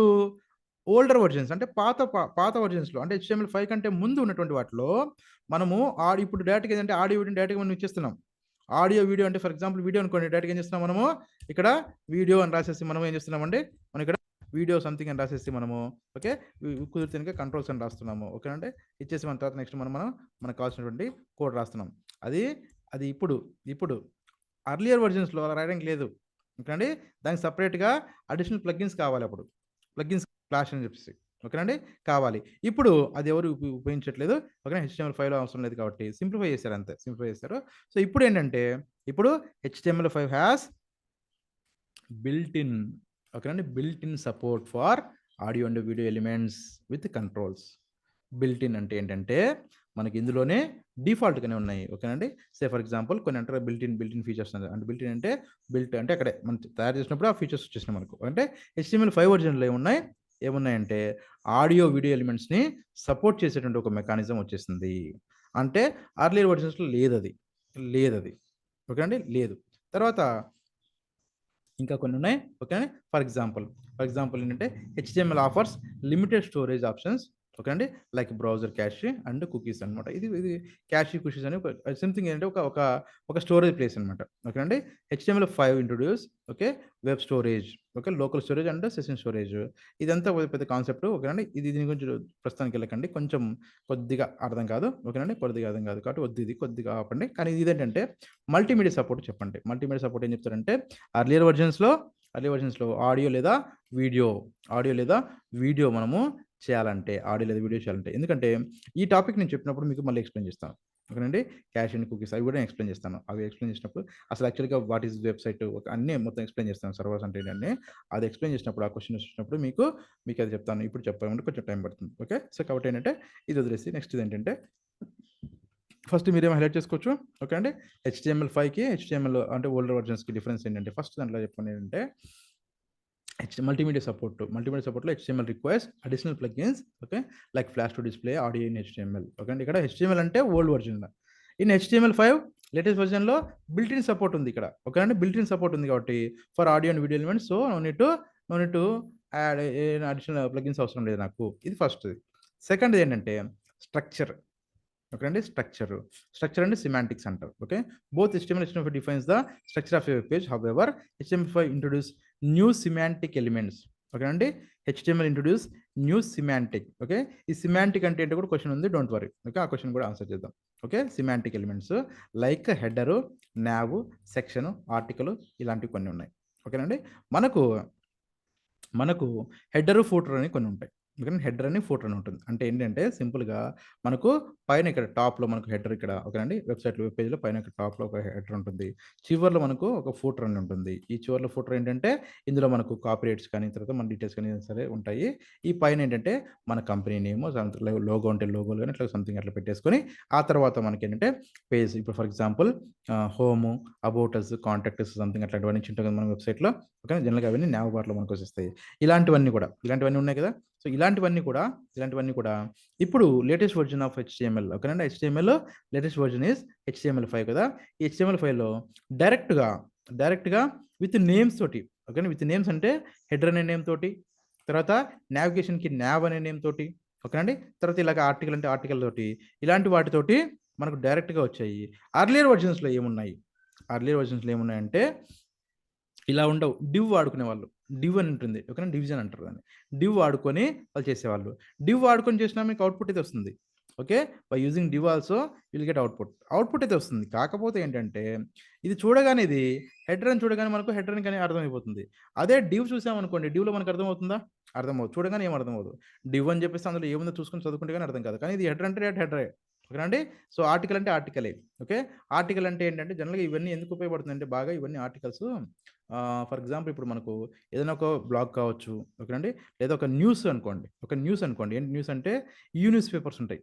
ఓకే, న్యూస్ పేపర్స్ అంటే ఏంటంటే మనకు ఆన్లైన్లోనే ఓకేనండి న్యూస్ ఉంటాయి. ఆన్లైన్లో న్యూస్ ఉంటాయి కొన్ని. ఓకే, ఆ న్యూస్కి సంబంధించిన ఒక ఆర్టికల్ సపరేట్గా అంటే ఏంటంటే మీరు ఏదైనా సరే ఒక ఆర్టికల్ డిస్ప్లే చేస్తారు వాళ్ళు, ఏదైనా సరే మనకు చేస్తారు కదా, వాటి కోసం బాగా ఉపయోగపడుతుంది. అంటే ఏంటంటే ఇది దేనికి సపరేట్ ఉంటుంది, ఏ ఆర్టికల్కి ఆర్టికల్ సపరేట్ ఓకేనా, ఇది ఇండిపెండెంట్గా ఉంటుంది ఓకేనా, ఇండిపెండెంట్గా ఉంటుంది. ఆర్టికల్ అని కాన్సెప్ట్ వచ్చినప్పుడు మీకు చెప్తాను నేను ఓకే అండి. సో ఇది అయితే ఇక్కడ ఏమంటున్నాం అంటే హెడర్ సెక్షన్ని కానీ ఓకే, ఫూటర్ సెక్షన్ కానీ ఇట్లా ఏముంటున్నాయో వాటిని మీనింగ్ఫుల్గా అంటే డైరెక్ట్గా మనకు ఆ నేమ్తో చూడగానే మనకు చూడగానే ఫస్ట్ అర్థమైపోతుంది. ఇది మనకు అర్థం అవ్వడం కాదు, వెబ్సైట్లో కూడా వాళ్ళకి ఏంటంటే మనకు SEO చేస్తామని చెప్పాం కదా ఓకేనండి, అక్కడ చేసినప్పుడు కూడా మనకు అది అవుతుంది. ఇంతకుముందు ఓకేనండి, అంతకుముందు ఇవి లేనప్పుడు ఏం చేసేవాళ్ళంటే ఒక డివ్ రాసుకొని ఆ డివ్లో మనకు కావాల్సిన రాసుకునేవాళ్ళు ఓకే, డివ్లో రాసుకునేవాళ్ళు. ఓకే, సో కాబట్టి అర్లియర్ సిమాంటిక్ ఎలిమెంట్స్ ఓకేనండి లేవు. అంటే HTML5లో introduces new semantic elements like header, ఈ హెడర్స్ కానీ ఈ నావ్ ఇవి వచ్చాయి. హెడర్కు ఇంతకుముందు హెడర్ ఎలా ఉపయోగించుకునేవాళ్ళు అంటే డివ్ అని పెట్టుకొని ఉపయోగించుకునేవాళ్ళు ఓకేనండి, నావ్ అని లేకుండా డైరెక్ట్గా మామూలుగా ఉపయోగించుకునేవాళ్ళు ఓకేనండి. ఇది చెప్పొచ్చు. ఓకే, ఇక్కడ చెప్పగానే కొంత అర్థమవుతుంది. హెడర్, నావ్, సెక్షన్, తర్వాత ఆర్టికల్స్ ఇవన్నీ. Okay, so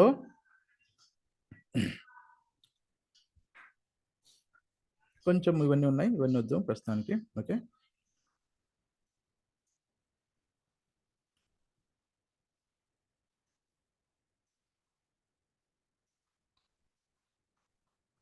okay, so semantic ఓకేనా, సిమాంటిక్ ఇప్పుడు ఏమన్నాడంటే HTML5లో సిమాంటిక్ ఇంట్రొడ్యూస్ చేశారు. ఓకే, అందులో ఏమేమి ఉన్నాయి మనం ఏమున్నాయంటే header, nav, section and article okay అండి, ఇలాంటివి జస్ట్ కొన్ని. ఓకే, ఇవి ఎప్పుడు ఇంట్రొడ్యూస్ అయ్యాయి? HTML5లో ఇంట్రొడ్యూస్ అయ్యాయి.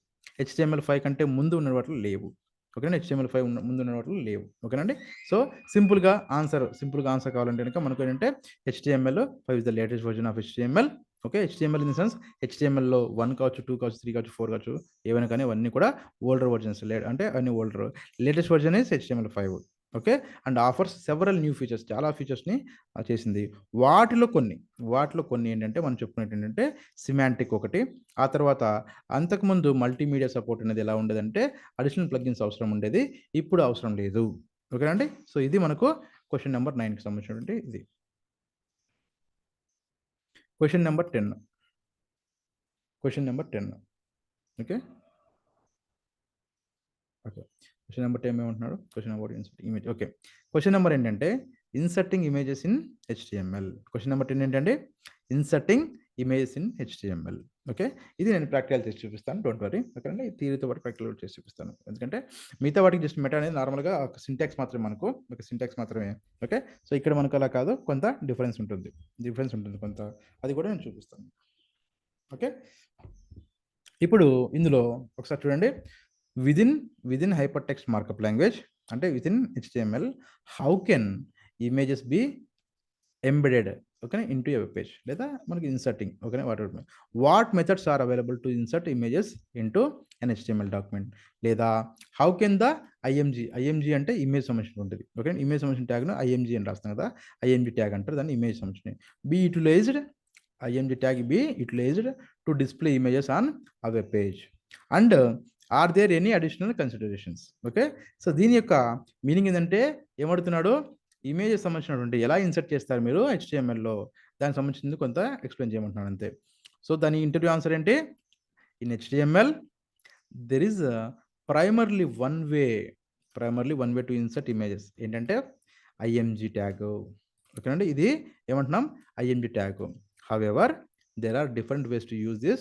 tag to achieve the desired functionality okay అదేంటో చూద్దాం ఫస్ట్ అంటే మీరు ఇంటర్వ్యూలో ఇది ఆన్సర్ చెప్పినా కూడా ఓకే అండి వాళ్ళు కొంత ఎక్స్పెక్ట్ చేసేది ఏంటంటే ఖచ్చితంగా ఐఎంజీ సంబంధించినటువంటి కొంత సింటాక్స్ కంపల్సరీ వాళ్ళకు సింటాక్స్ మనం కొంత చెప్పాల్సి ఉంటుంది ఓకే సో ఫస్ట్ నేను ఏం చేశానంటే బేసిక్ ఇమేజ్ ఇన్సర్షన్ అసలు బేసిక్గా ఒక ఇమేజ్ ఎలాగా నార్మల్గా ఎలాగ వస్తుంది అనేది చేస్తాం okay this is the most common method the IMG tag acts as a placeholder ఓకేనండి as the SRC attribute specifies the path okay to the image file okay ఇది నేను చేసి చూపిస్తాను అప్పుడు మీకు అర్థమవుతుంది ఓకే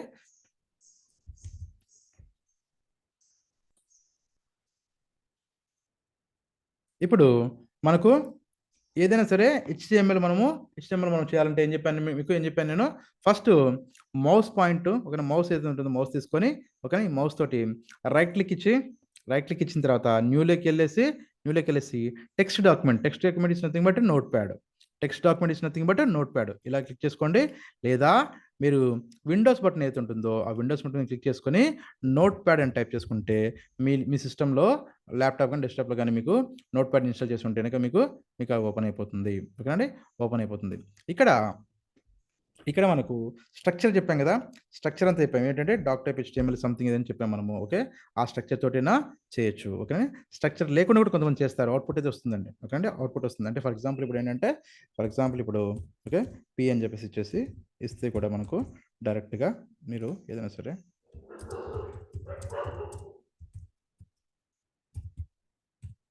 అని ఇచ్చేసి కూడా ఇప్పుడు ఫైల్లోకి వెళ్ళి ఓకేనండి సేవ్ యాజ్ అని చెప్పేసి డెస్క్టాప్ ఏదో ఒకటి తీసుకోండి ఓకేనండి ఇండెక్స్ ఓకేనా ఇండెక్స్ కాకుండా ఇంకేదైనా సరే సంథింగ్ పారాగ్రాఫ్ అనుకోండి ఏదో ఒకటి HTML అని ఇచ్చేసి ఏదో ఒకటి చేసి మీరు ఆల్ ఫైల్స్ అని చెప్పి సేవ్ చేసినా కూడా మీకు అది వర్క్ అవుతుందండి ఓకే అండి వర్క్ అయితే అవుతుంది ఓకే ఇది అనుకోండి ఓపెన్ విత్ అంటే ఓకే సో మనకు అది కనిపిస్తుంది ఏం కనిపిస్తుంది దిస్ ఈజ్ పారాగ్రాఫ్ అని కనిపించింది ఓకే మనం కోడ్ ఏం రాసాము మనం చూడండి కోడ్ ఏం రాసాము ఎక్కడైనా సరే మనం ఏమైనా సరే HTML సంబంధించింది ఎంత రాసామా అక్కడ డాక్ టైప్ కానీ తర్వాత రూట్ ఎలిమెంట్ కానీ హెడ్ కానీ ఓకేనా తర్వాత బాడీ కానీ ఏమైనా రాసామా ఏం రాయలేదు ఓకేనండి ఏమి రాయలేదు నేను ఏమి రాకపోయినా సరే నాకు డిస్ప్లే చేసినప్పుడేమో నాకు అవుట్పుట్ అయితే వచ్చింది సార్ మరి ఇన్ని రోజులు ఇంతకాలము ఓకేనా ఈ స్ట్రక్చర్ రాయండి ఎందుకు చెప్తున్నారు సార్ ఇదేం రాయకపోయినా మనకు వస్తుంది కదా అంటే అవుట్పుట్ ఏం రాసినా ఏం రాయకపోయినా అవుట్పుట్ ఇస్తుందండి ఓకేనండి అవుట్పుట్ ఇస్తుంది కానీ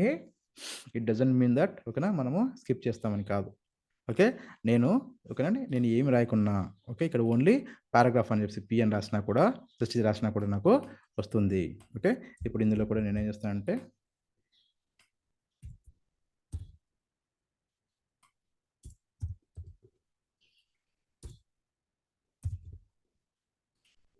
ఇందులో సేవ్ చేస్తే నాకు ఆబ్వియస్లీ నాకు ఇక్కడ ఒక H1 ఒక పారాగ్రాఫ్ ఓకే సో మీరు ఏం రాశారు ఇక్కడ ఏం రాశారు ఎక్కడైనా సరే మనకు ఓకేనండి హెడ్ సెక్షన్ బాడీ సెక్షన్ వెనక రూట్ ఎలిమెంట్స్ ఏం రాయలేదు నేను అవుట్పుట్ అయితే వస్తుంది కానీ అలాగ రాస్తామా అంటే రాయకూడదు ఓకేనండి అవుట్పుట్ వస్తుంది కానీ మనం అలా రాయకూడదు ఓకేనండి అవుట్పుట్ వచ్చిన తర్వాత కూడా వచ్చినా కూడా మనం రాయకూడదు ఓకేనండి మనం ఏం చేయాలి మనం కంపల్సరీ మన కోడ్ కంపల్సరీ రాసుకోవాలి ఓకేనండి మన కోడ్ రాసుకోవాలి సరే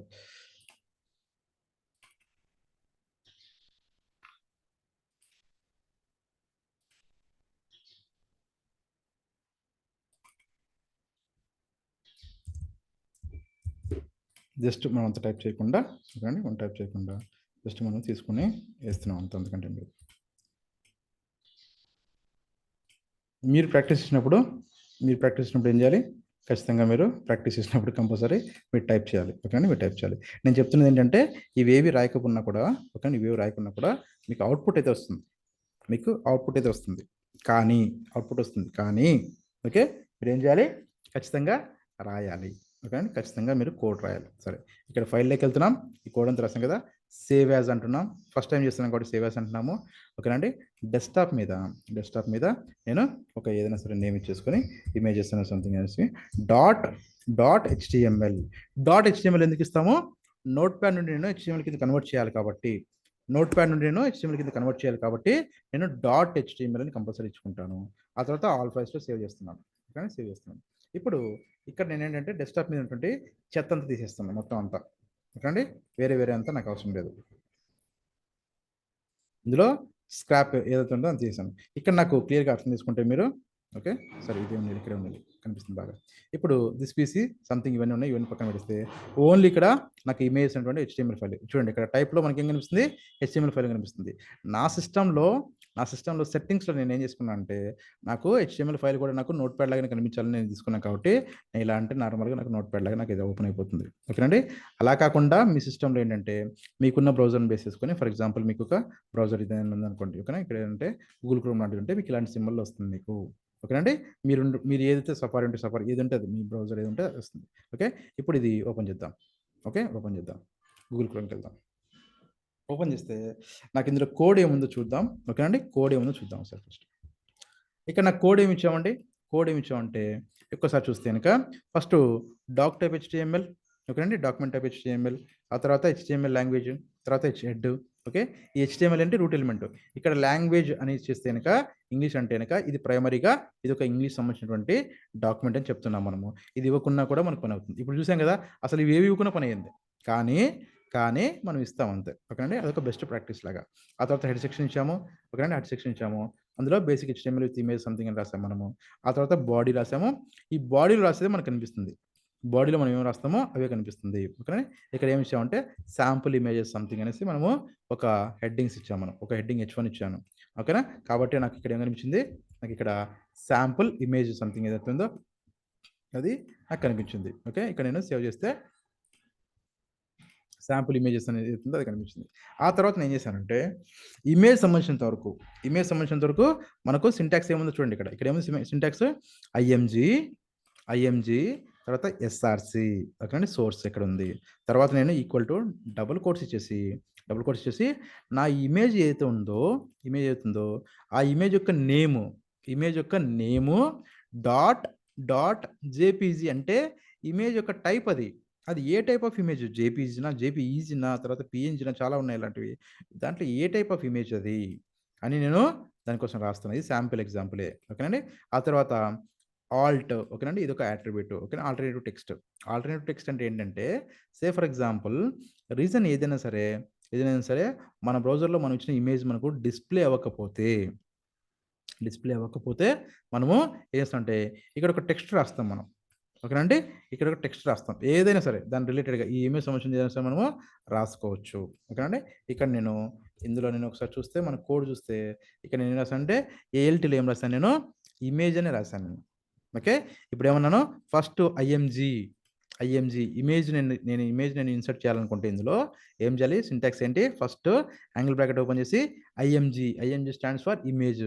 ఓకేనండి, SRC ఫర్ సోర్స్ అనమాట, అంటే పాతది. ఎక్కడుంది నీ ఇమేజ్ ఎక్కడుంది? దాని అడ్రస్ అది, దానికి ఒక అడ్రస్. ఓకేనండి, డబుల్ కోట్స్లో మనం స్టార్టింగ్ అండ్ ఎండ్ చేసి మధ్యలో దాని యొక్క అడ్రస్ ఇస్తాము. ఓకేనండి, అడ్రస్ ఇస్తాము. ఆ తర్వాత ఏమంటాము? ఆల్ట్ అంటే ఏంటంటే ఇది ఒక అట్రిబ్యూట్. ఇది ఏం చేస్తుందంటే మనకి ఈ ఇమేజ్ ఏదైనా సరే ఏ కారణం చేతనైనా సరే మనకు ఆ ఇమేజ్ డిస్ప్లే అవ్వకపోతే వెబ్ పేజ్లో మనము ఆల్టర్నేట్ టెక్స్ట్ అంటే ఇమేజ్ ఉందని చెప్పుకోవడం కోసమని అక్కడ ఏదో ఒక టెక్స్ట్ మనం రాయాలి. ఓకేనా, రాస్తే ఇమేజ్ అని చూపిస్తుంది. ఓకేనా, ఇక్కడ నేను ఏమి ఇచ్చానంటే ఇక్కడ ఇమేజ్ అని ఉంది కదా, ఇందులో నేను ఏం చేస్తున్నాను అంటే ఆల్టర్నేటివ్ టెక్స్ట్ డిస్క్రిప్షన్ సంథింగ్ అని చెప్పి ఇంతకుముందు ఏమవుతుందో అది రాశాను. ఓకేనా, ఇప్పుడు మనం వెబ్సైట్ చూద్దాం ఒకసారి చూడండి. ఇప్పుడు ఏమైంది? ఫస్ట్ ఇమేజ్లో ఏమైందంటే ఆల్టర్నేటివ్ టెక్స్ట్ డిస్క్రిప్షన్ అని ఇచ్చింది. ఏమైనా ఇమేజ్ డిస్ప్లే అవ్వలేదు నాకు. దానికి కారణం ఏంటో ఇప్పుడు చెప్తాను మీకు. ఓకే, ఎందుకు డిస్ప్లే అవ్వలేదో చెప్తాను. Okay, so alternative text description అని ఇచ్చాను. ఓకే అండి, సో ఇక్కడ నా కోడ్లో ఏమి ఇచ్చాను? నేను కోడ్లో ఆల్ట్లో ఆల్టర్నేటివ్ టెక్స్ట్ డిస్క్రిప్షన్ ఇచ్చాను కాబట్టి నాకు ఓకేనండి నాకు ఇది వచ్చింది. ఎందుకంటే ఈ ఇమేజ్ నాకు డిస్ప్లే అవ్వలేదు కాబట్టి నాకు ఇమేజ్ డిస్ప్లే అవ్వనప్పుడు మాత్రమే ఇది వస్తుంది. ఇది వస్తుంది ఇక్కడ వచ్చింది ఆల్టర్నేటివ్ టెక్స్ట్. ఆల్టర్నేట్ అంటే అంతే కదా, ఆల్టర్నేట్ అంటే అది కాకుండా ఇది. ఓకే, ఆల్టర్నేట్ అంటే అది కాకుండా ఇది, అంతేనా? అంతే కదా. ఓకే, సో అలాగా నేను ఇచ్చాను. సో నాకు ఇప్పుడు ఎక్కడ కూడా ఇమేజ్ డిస్ప్లే అవ్వలేదు. దానికి కారణం ఏంటంటే ఇప్పుడు ఏముంటుందంటే ఇది ఒక అడ్రస్ ఇచ్చింది, ఇదొక అడ్రస్ ఇచ్చింది. ఏం అడ్రస్? ఎస్ఆర్సి అంటే పాత ఏంటంటే అడ్రస్ ఎక్కడుంది? ఈ అడ్రస్ ఇచ్చిన అడ్రస్లో ఓకేనండి యాక్చువల్గా అక్కడ ఇమేజ్ ఎక్కడ లేదు. ఓకేనండి ఇక్కడ ఏమొచ్చాను ఇమేజ్ 1 అని అంటే ఇది ఏంటి తెలుసా? ఫస్ట్ ఏంటంటే ఒక ఫోల్డర్ నేమ్, ఒక ఫోల్డర్ నేము. అదేంటంటే అది ఒక ఫోల్డర్ నేమ్ ఇచ్చాను. ఓకే, నేను ఫోల్డర్ నేమ్ అని ఇచ్చేసాను. ఓకేనండి ఇమేజ్ 1 అని సంథింగ్ ఇచ్చాను. కానీ ఇక్కడ ఎక్కడ కూడా నాకు ఆ పేరుతో ఏ ఫోల్డర్ లేదు. ఎక్కడ అండి? సారీ, ఇక్కడ కూడా నాకు ఇమేజెస్ అనే ఫోల్డర్ కానీ ఏం నాకు లేదు. ఓకే, సో కాబట్టి నాకు అది అడ్రస్ ఏదో రాశాను కానీ అది యాక్చువల్ అడ్రస్ కరెక్ట్ కాదు అది. ఓకే, అడ్రస్లో ఏం లేవు కాబట్టి నాకేం చూపించట్లేదు. ఓకేనండి సింపుల్గా నార్మల్గా చెప్పాలంటే ఇప్పుడు నేను అన్నింటికి ఏం చేస్తానంటే ఒక ఇమేజ్ తీసుకుంటా. ఒక 3 వద్దులండి. ఓకేనండి ఫస్ట్ ఒక ఇమేజ్తోనే చెప్తాను మీకు. ఒక ఇమేజ్తో చెప్తాను. ఇప్పుడు నేను ఏమనంటే image1.jpg ఏమన్నా అండి image1.jpg. సే ఫర్ ఎగ్జాంపుల్ ఇప్పుడు నేను గూగుల్ క్రోమ్లోకి వెళ్ళాను. గూగుల్ క్రోమ్కి వెళ్ళేసి ఓకే ఏదో ఒక ఇమేజ్ తీసుకున్నాను. ఓకేనండి సో నేచర్ ఇమేజ్ ఏదో ఒకటి నేను టైప్ చేశాను. ఓకే, టైప్ చేస్తే నాకేంటంటే కొన్ని ఇమేజెస్ ఇక్కడ వచ్చాయి. ఏ ఇమేజ్ అని కానివ్వండి. ఓకే అండి ఇమేజ్ ఏదైనా సరే. ఓకే, సో ఇప్పుడు ఏంటంటే ఈ ఇమేజ్లో ఒకటి నచ్చిన ఇమేజ్ ఏదైనా సరే సెలెక్ట్ చేసుకోండి. ఓకే, సెలెక్ట్ చేసుకోండి. ఈ ఇమేజ్ని మనం ఏం చేస్తామంటే కనుక రైట్ క్లిక్ ఇచ్చేసి ఓకేనండి సేవ్ ఇమేజ్ యాస్. ఓకేనండి ఈ నచ్చిన ఇమేజ్ని తీసుకుంటే ఇది నాకు ఎక్కడ సేవ్ అవ్వాలి అంటే డెస్క్టాప్. ఓకేనండి డెస్క్టాప్ మీద నేనేమంటున్నాను అంటే దీన్ని image1 అనే పేరుతో నేను సేవ్ చేసుకుంటున్నాను. ఏమంటున్నాను image1 పేరుతో సేవ్ చేసుకుంటున్నాను. ఎక్కడ తీసుకున్నాను నేను? డెస్క్టాప్ మీద చేస్తున్నాను. ఓకేనా డెస్క్టాప్ మీద చేస్తున్నాను. సేవ్ చేసుకోండి. ఇప్పుడు ఒకసారి చూద్దాం. ఇక్కడ ఏమైపోయిందండి? ఇప్పుడు ఇందులో ఇమేజ్ అనేటువంటిది ఓకేనా నా HTML ఫైల్ ఇది. ఈ పక్కనే image1 అని ఉంది. ఏముందండి ఇది? image1 అని ఉంది. ఇప్పుడు ఫర్ ఎగ్జాంపుల్ ఓకే ఇప్పుడు నేనేమంటున్నా అంటే ఇక్కడ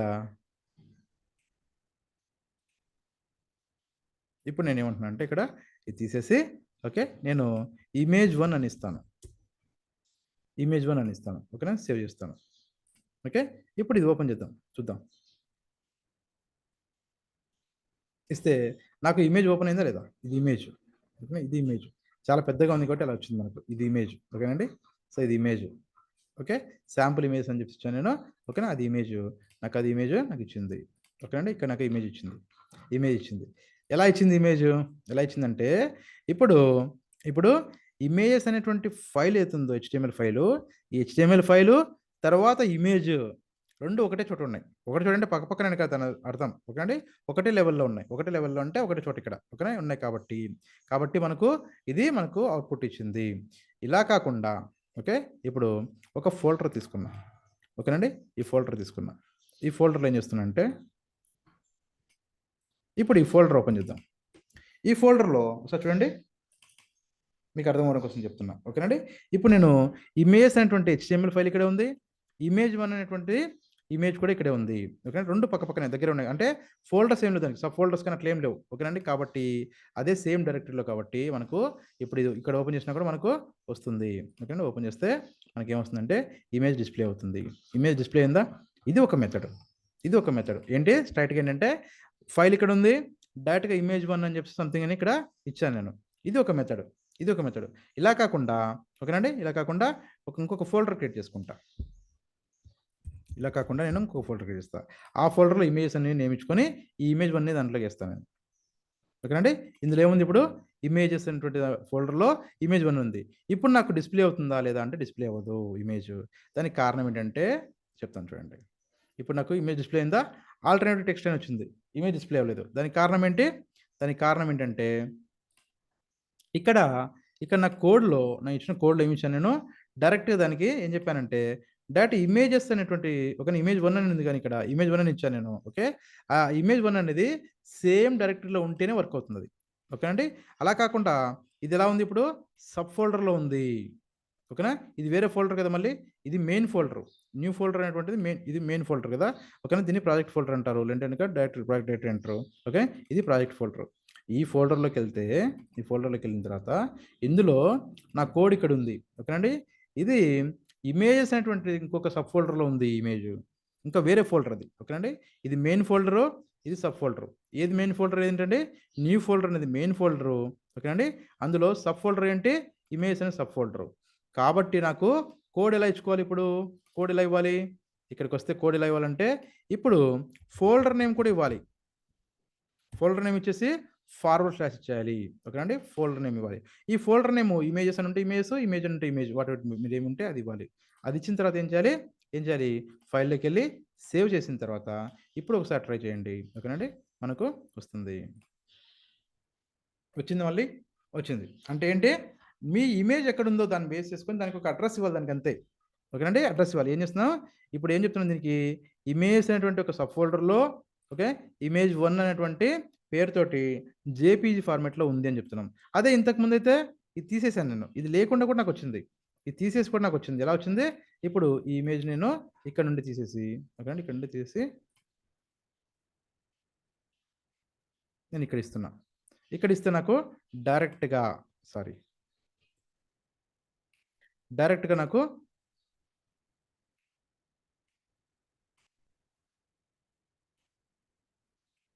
ఇప్పుడు చూడండి, ఇందులో కోడ్ ఏముందో చూడండి. కోడ్ ఏమి ఇచ్చాను నేను, ఇమేజ్ 1 సంథింగ్ అని ఇచ్చాను నేను. ఓకే, ఒకసారి చూద్దాం. ఇమేజెస్ అని ఇచ్చాను. ఓకే, సో ఇప్పుడు వర్క్ అవుతుందా, వర్క్ అవ్వదా, ఎందుకంటే ఇమేజ్ ఇక్కడ ఉంది. ఇప్పుడు ఇందులో ఇమేజ్ లేదు, ఇందులో ఇమేజ్ తీసేసా, కాబట్టి నాకు ఇది వర్క్ అవుతుందా లేదు చూద్దాం ఒకసారి. వర్క్ అవ్వదు, అంటే నాకు ఇమేజ్ ఓపెన్ అవ్వదు. దానికి కారణం, దానికి మనం ఇచ్చిన అడ్రస్ తప్పించాము. ఇప్పుడు దీంట్లో ఏం చేయాలి, ఏం చేస్తే మనకి ఇమేజ్ డిస్ప్లే అవుతుందండి. చూడండి, ఇక్కడ ఇమేజ్ 1 అని ఇస్తే డిస్ప్లే అవుతుంది. దానికి కారణం ఏంటి, అది సేమ్ ఫోల్డర్లో ఉంది కదా, పక్కనే సేమ్ ఫోల్డర్లో ఉంది కాబట్టి దానికి ఇంకా వేరే ఫోల్డర్ నేమ్తో అవసరం లేదు. కాబట్టి డైరెక్ట్గా దాని నేమ్ ఇస్తే మనకు వస్తుంది. ఇక్కడ ఫైల్ ఉంది, ఇక్కడ ఇమేజ్ అనేటువంటి ఇమేజ్ ఉంది, పక్కనే దగ్గరలో ఉంది. దగ్గర అంటే ఇన్ సెన్స్ సేమ్ ఫోల్డర్లో ఉన్నాయి. కాబట్టి మనము ఇక్కడికి వచ్చిన తర్వాత నేను ఇవన్నీ ఇవ్వక్కర్లేదు, ఇవేమి ఇవ్వక్కర్లేదు, ఓన్లీ ఇమేజ్ 1 అని ఇస్తే మనకు సరిపోతుంది. ఇమేజ్ 1 ఇస్తే సరిపోతుంది. ఓకేనండి, అప్పుడు నాకు డిస్ప్లే అవుతుంది. ఇమేజ్ 1 ఇస్తే డిస్ప్లే అవుతుంది. ఓకేనండి, సో ఇది ఒక ఇది అనమాట. ఓకే, సో ఇమేజ్ డిస్ప్లే అయింది సార్. ఇప్పుడు సేమ్ పక్కన ఉంది కాబట్టి ఇలాగా, అదే ఈ ఫోల్డర్లో ఉంటే మనము ఆ కోడ్ కూడా ఇచ్చాం. మనం ఆ కోడ్ ఇచ్చాం. ఏం కోడ్ ఇచ్చాం మనము, ఆ ఫోల్డర్ నేమ్ కూడా ఇచ్చాము. ఇప్పుడు ఇక్కడికి వస్తే ఇక్కడ ఫోల్డర్ నేమ్తో సహా ఇవ్వాలి. ఏమి ఇవ్వాలండి, ఇమేజెస్ అని చెప్పేసి ఈ ఫోల్డర్ నేమ్తో ఇవ్వాలి. ఓకేనండి, ఇమేజెస్ అని చెప్పేసి ఈ ఫోల్డర్ నేమ్ ఇచ్చి ఫైల్లోకి వెళ్ళి సేవ్ చేస్తే ఇంకా నాకు ఇది ఇప్పుడు వర్క్ అవుతుంది. ఓకేనండి, వర్క్ అవుతుంది. ఇది వర్క్ అయింది. ఓకేనండి, ఇమేజ్ వచ్చింది. ఇప్పుడు సే ఫర్ ఎగ్జాంపుల్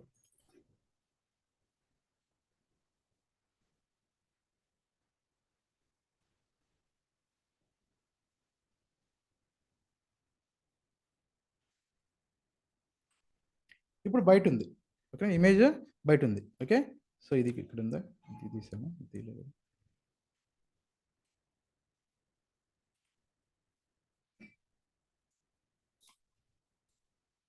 ఓకే, సో ఇప్పుడు నాకు నేను ఇక్కడ ఏమి ఇచ్చానంటే ఇమేజెస్ అండ్ ఫోల్డర్ ఇచ్చాను, ఇమేజ్ 1 అని ఇచ్చాను. ఓకే, జేపీ ఇచ్చాను, ఫైల్లో నేను సేవ్ చేశాను. ఓకే, నాకు ఇది వర్క్ అవుతుందంటే వర్క్ అవ్వదు. ఓకే, ఇమేజ్ ఓపెన్ అవ్వదు, ఎందుకంటే నేను ఇచ్చినటువంటి అడ్రస్లో అది లేదు. ఓకే, అడ్రస్ అయితే బాగానే ఇచ్చాను కానీ నాకు ఈ అడ్రస్లో ఉందా అంటే ఇమేజ్లో లేదు కాబట్టి నాకు వర్క్ అవ్వదు.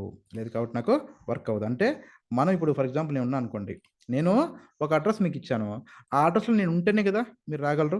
ఓకేనండి, లేదంటే రాలేదు కదా. సో ఇది అంతే, ఇది కూడా అంతే. ఓకేనండి, అలా ఇస్తేనే వస్తుంది. సే ఫర్ ఎగ్జాంపుల్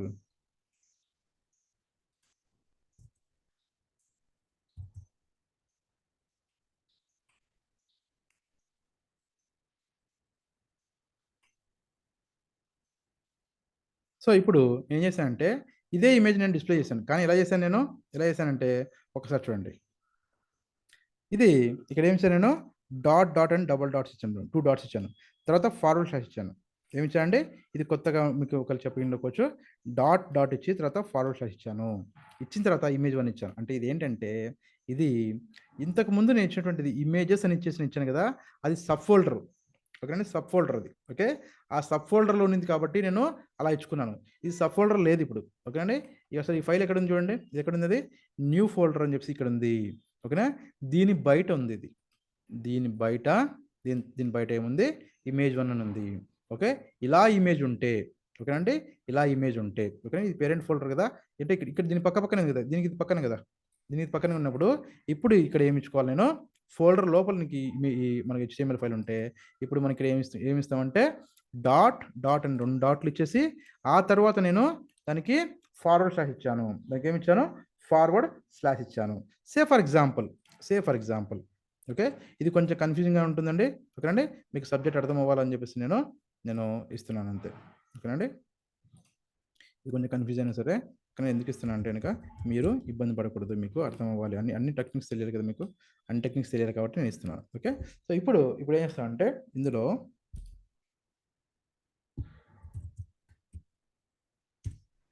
ఓకే, సో ఇప్పుడు ఏమిచ్చాం, నేమ్ అది ఇచ్చామా, చూద్దాం సార్.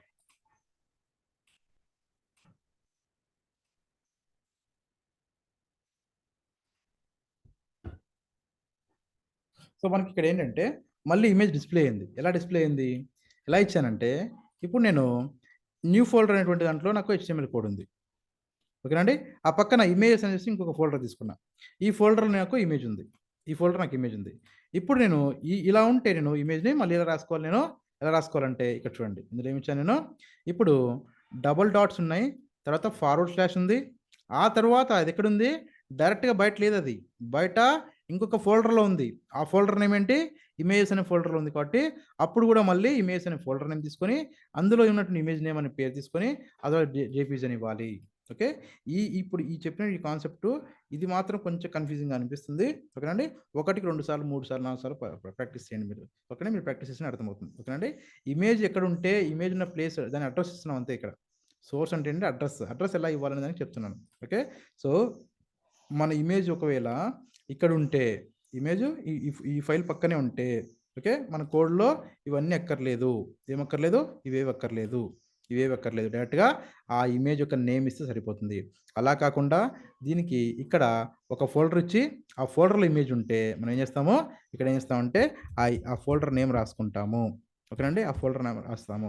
అలా కాకుండా ఇది బయట ఉంది, మన ఫోల్డర్కి బయట ఎక్కడ ఉంది, ఓకేనా, బయట ఉంటే ఏం చేస్తామంటే ఇలా రాసుకొని ఫార్వర్డ్ స్లాష్ ఇచ్చేసి ఆ ఫైల్ నేమ్ ఇచ్చేస్తే మనకు ఓపెన్ అవుతుంది. అలా కాకుండా బయట ఉంది కానీ బయట కూడా ఒక ఫోల్డర్లో ఉంది మళ్ళీ, ఓకేనండి, అప్పుడు ఆ ఫోల్డరు నేమ్ కూడా ఇస్తాము, ఇస్తే మనకు డిస్ప్లే అవుతుంది. ఓకేనండి, ఇది మనకు ఇమేజ్ సంబంధించినటువంటి ఓకేనండి ఒక బేసిక్ ఇన్ఫర్మేషన్. ఇంటర్వ్యూ క్వశ్చన్ అది కాదు కదా సార్ మనకు, అంటే ఇంటర్వ్యూ క్వశ్చన్స్లో ఓకేనండి, ఇంటర్వ్యూ క్వశ్చన్ అదే అయినప్పటికీ, ఒక క్వశ్చన్ అయినప్పటికీ ఇంటర్వ్యూ క్వశ్చన్ ఏంటంటే జస్ట్ ఎలా ఇస్తామంటే ఇలా చెప్పేయచ్చు, వదిలేయచ్చు. ఓకేనండి, లేదా ఒక ఫోల్డర్ చెప్పి వదిలేయచ్చు. కానీ డిఫరెంట్ వేస్లో మనం చేసినప్పుడు ఓకేనండి మనం చెప్తాం ఏంటంటే నా ఇమేజ్ అనేటువంటిది నా HTML ఫైల్కు సేమ్ ఫోల్డర్లో సేమ్ డైరెక్టరీలో ఉంటే, సేమ్ డైరెక్టరీ అది, ఓకేనండి, దాన్ని ఏమంటాం, సేమ్ డైరెక్టరీలో ఉంటే నాకు అలా ఇవ్వచ్చు అని చెప్పేసి. ఓకేనా, దానికి సంబంధించినటువంటి ఎగ్జాంపుల్స్ ఏమైనా ఇక్కడ ఇచ్చానా, ఓకే, ఓకేనా, image in same directory. Okay, ఈ థియరీ మీకు అర్థం అవడం కోసం మళ్ళీ నేను చేసి చూపించాను, మీకు చెప్తున్నాను. Okay, image in same directory అంటే సేమ్ ఫోల్డర్ అండి, directory is nothing but same folder. ఓకేనండి, సేమ్ డైరెక్టరీ అంటే సేమ్ ఫోల్డర్. ఓకే, మీకు అర్థం అవడం కోసం మళ్ళీ ఎందుకు కన్ఫ్యూజ్ అవుతారు. ఓకే, ఏం చేస్తాం, ఇమేజ్ SRC ఈక్వల్ టు దాని నేమ్ ఏమవుతుందో నేమ్ ఇచ్చేస్తాం, అయిపోతుంది. ఓకేనండి, ఇప్పుడు ఇమేజ్ ఇన్ సబ్ ఫోల్డర్. ఓకేనండి, ఇమేజ్ ఇన్ సబ్ ఫోల్డర్లో ఉంటే, ఓకేనా, సబ్ ఫోల్డర్ అంటే ఏంటి, మనకు పక్కన ఇంకో ఫోల్డర్ ఇచ్చి ఆ ఫోల్డర్ ఇస్తాం కదా, అప్పుడు ఇస్తే ఏమవుతాం, ఆ ఫోల్డర్ నేము ఆ తర్వాత ఇమేజ్ సంథింగ్ ఏదంటే అది ఇస్తాము. ఓకే, అలా కాకుండా ఇమేజ్ని పేరెంట్ డైరెక్టరీలో ఉంటే ఓకే ఎలా ఇస్తాం మనము, ఎలా ఇస్తామంటే ఓకే డాట్ డాట్ సంథింగ్ అని ఇచ్చేసి ఆ తర్వాత మనకు ఆ ఫోల్డర్ అది కూడా మళ్ళీ ఫోల్డర్లో ఉంటే ఫోల్డర్ నేము ఆ తర్వాత ఫైల్ నేము. ఓకేనండి, అలా ఇస్తాం. ఒకవేళ ఫోల్డర్ లేదనుకోండి, ఓకేనా, ఫోల్డర్ లేదనుకోండి, ఇక్కడ ఫోల్డర్ లేకపోతే డైరెక్ట్ నేమ్ ఇచ్చేస్తాం అంతే. ఓకే, సో అది తర్వాత వేరే ఎక్కడైనా సరే డిఫరెంట్ ఓకేనా ఎక్స్టర్నల్ ఉంటే ఫర్ ఎగ్జాంపుల్ వేరే వెబ్సైట్లో ఎక్కడైనా ఉందనుకోండి ఓకేనా వెబ్సైట్ ఉంటే కనుక ఆ వెబ్సైట్ యొక్క అడ్రస్ ఏది ఉంటుందో ఓకేనండి అలా కూడా మనం ఇస్తాం ఓకేనా అలా కూడా మనం ఇస్తాం ఇలా కూడా కాదు ఇంకోటి కూడా ఉంది ఇంకోటి కూడా ఇక్కడ చూపిస్తాను మీకు సందర్భం వచ్చింది కూడా చూపిస్తున్నా ఓకేనా ఇక్కడున్నా ఇప్పుడు నా ఇమేజ్ ఒకసారి చూద్దాం ఓకే ఇమేజ్ ఎక్కడైనా సరే నేను బ్యాచ్లో ఎక్కడైనా సరే ఇచ్చి ఉంటాను కదా ఓకే ఏదో ఒక బ్యాచ్లో ఇచ్చి ఉంటాను ఇమేజ్ ఉన్నాయి ఓకే సరే ఇప్పుడు నేను నా ఇమేజ్ ఎక్కడ ఉంది తెలుసా ఇమేజ్ ఎక్కడ ఉందంటే ఎక్కడో డెస్క్టాప్ మీద ఓకేనా anybody can do software job అండి మెయిన్ ఫోల్డర్ మీద బ్యాచ్ 12 అనేటువంటి దానిలో ఓకేనండి డే 2లో ఓకేనండి ఇమేజ్ అనేటువంటి ఒక ఫోల్డర్లో ఎక్కడో ఇక్కడెక్కడ ఉంది ఎక్కడ ఉందండి ఎక్కడ ఉంది ఇది ఓకే దీన్ని నేను డిస్ప్లే చేయాలి ఓకే నేను చెప్పినట్టు పక్క ఫోల్డర్లో ఎక్కడ లేదు ఎక్కడ ఉంది అది ఎలా డిస్ప్లే చేయాలి ఎలా డిస్ప్లే చేయాలంటే రైట్ క్లిక్ ఇస్తే మనకి ఏంటంటే ఇక్కడ ఇది ఇమేజ్ దీన్ని రైట్ క్లిక్ ఇవ్వండి రైట్ క్లిక్ ఇస్తే మనకు ఓకే కాపీ యాజ్ పాత్ ఉంటుంది ఓకే అండి కాపీ యాజ్ పాత్ ఉంటుంది ఓకే సో ఇది ఇచ్చేసి మనకు ఈ కోడ్ ఎక్కడ ఉంది ఈ కోడ్ చూద్దాం సార్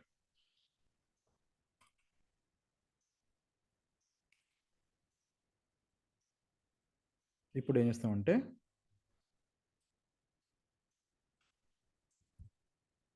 ఓకేనండి ఇది ఏం చేసింది ఒక్కసారి ఈ కోడ్ చూడండి ఓకేనండి కొంచెం ఇబ్బందిగానే ఉంటుంది అయినా సరే పర్లేదు ఓకేనా ఏంటంటే చాలా పెద్దగా ఉంటుంది పాత్ ఎందుకంటే అది ఎక్కడెక్కడ ఉందో అది ఎక్కడ ఉంది కాబట్టి ఎక్కడ ఉందంటే అది సి డ్రైవ్లో యూజర్స్ అనేటువంటి ఫోల్డర్లో మళ్ళీ యూజర్ అనే వాటిలో మళ్ళీ డెస్క్టాప్ మీద మళ్ళీ anybody can do software job అనే ఫోల్డర్లో ఆ తర్వాత బ్యాచ్ అనేటువంటి మళ్ళీ ఫోల్డర్లో డే 2 అనే ఫోల్డర్లో ఇమేజ్ అనేటువంటి ఫోల్డర్లో ఎక్కడ ఉందండి ఇమేజ్ 1 అనే నేమ్ తోటి ఉంది ఓకేనండి ఇది దాని యొక్క అడ్రస్ ఇది దాని అడ్రస్ ఇది ఎక్కడ సి డ్రైవ్లో యూజర్స్ అనేటువంటి ఫోల్డర్లో మళ్ళీ యూజర్ అని మళ్ళీ ఇంకో సబ్ ఫోల్డర్లో మళ్ళీ డెస్క్టాప్ అనే దాంట్లో మళ్ళీ anybody can do software job అనే దాంట్లో మళ్ళీ బ్యాచ్ 12లో మళ్ళీ డే 2లో మళ్ళీ ఇమేజ్లో ఓకేనండి ఇమేజ్ అనే ఫోల్డర్లో ఇమేజ్ 1 ఉంది ఇలా ఇచ్చినా కానీ మీకు వర్క్ అవుతుంది ఓకేనండి ఇది సేవ్ చేద్దాం ఓకే ఇమేజ్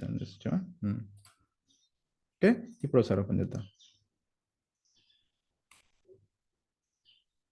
ఏ ఇమేజ్ ఇచ్చాను నేను చూసారు ఇక్కడ ఏమి ఇచ్చాను నేను చూద్దాం ఒకసారి అదే నేమ్ తోటి ఏముందో చూద్దాం అంతేనా కదా ఇదేనా మనం వచ్చింది ఇదే ఇమేజ్ మనకి డిస్ప్లే అయిందా సేమ్ ఇమేజ్ కదా ఓకే సార్ చూడండి ఇది ఇమేజ్ కావాలి కొంచెం పెద్దగా కనిపిస్తుంది ఓకే ఇది ఇమేజ్ కదా సేమ్ ఇమేజ్ నేను ఇక్కడ ఇచ్చాను ఎలా ఇచ్చాను నేను ఎలా ఇచ్చానంటే ఒక పాత్ ఇచ్చాను దానికి ఏమి ఇచ్చానంటే పాత్ ఇచ్చాను ఏం పాత్ ఇచ్చాను అది ఎక్కడైతే ఉందో దాని అడ్రస్ ఇచ్చాను డైరెక్ట్గా అడ్రస్ ఇచ్చాను ఓకేనండి ఇలా కూడా మనము ఇమేజ్ డిస్ప్లే చేయొచ్చు ఓకే నార్మల్గా మనం చెప్పిన మెథడ్స్ ఏంటంటే ఒక సబ్ ఫోల్డర్లో ఉంటే చెప్పాము ఎక్కువగా ఓకే సబ్ ఫోల్డర్లో ఉంటే చెప్పాం సబ్ ఫోల్డర్ లేకుండా నార్మల్ డైరెక్ట్గా ఉంటే కూడా చెప్పాము ఇప్పుడు చెప్పాం ఓకేనండి సబ్ ఫోల్డర్లో చెప్పాము ఇప్పుడు నార్మల్గా చెప్పాము లేకుంటే పేరెంట్ డైరెక్టరీ ఓకేనండి పేరెంట్ డైరెక్టరీలో ఉంటే ఇలా చెప్పాము లేదు ఇది ఎక్కడో ఉంది కానీ మనకు మన ల్యాప్టాప్లో ఎక్కడో ఉంది అది ఎక్కడ ఉంటే దానికి ఏం చేస్తామంటే ఆ పాత్ ఎత్తుని తీసుకొని దాన్ని ఏం చేస్తాం మనము దాన్ని ఏం చేస్తామంటే ఆ అడ్రస్ మొత్తం అంతా ఇస్తాము ఓకేనండి అలా కూడా మనం ఇచ్చుకోవచ్చు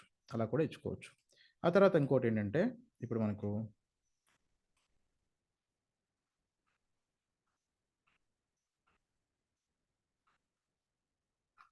డైమెన్షన్స్ ఉన్నాయి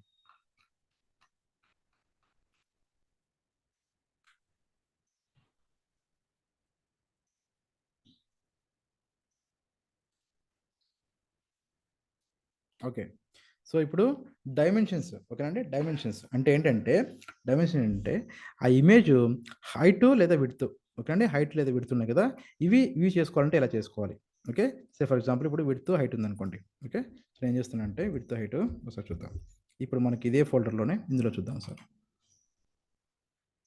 ఇప్పుడు నేనేమంటున్నా అంటే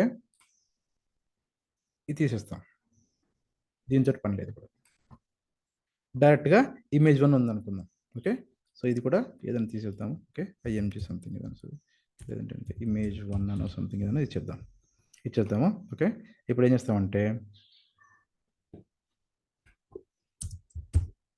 విడ్త్ హైట్ ఓకేనండి సో ఇమేజ్ 1 ఇప్పుడు ఇమేజ్ 1 ఇక్కడ పక్కన ఉందా లేదా చూద్దాం ఒకసారి లేదు కదా మనకి ఇక్కడ ఏం చేసాం ఇక్కడ మనకు ఇమేజ్ 1 లేదు ఎక్కడ ఉంది బయట ఎక్కడ ఉంది సో దాన్ని పక్కన తీసుకొని చూసారి ట్రై చేద్దాం ఓకే పక్కన పెడితే మనకి ఎలా వచ్చిందో ఒకసారి చూద్దాం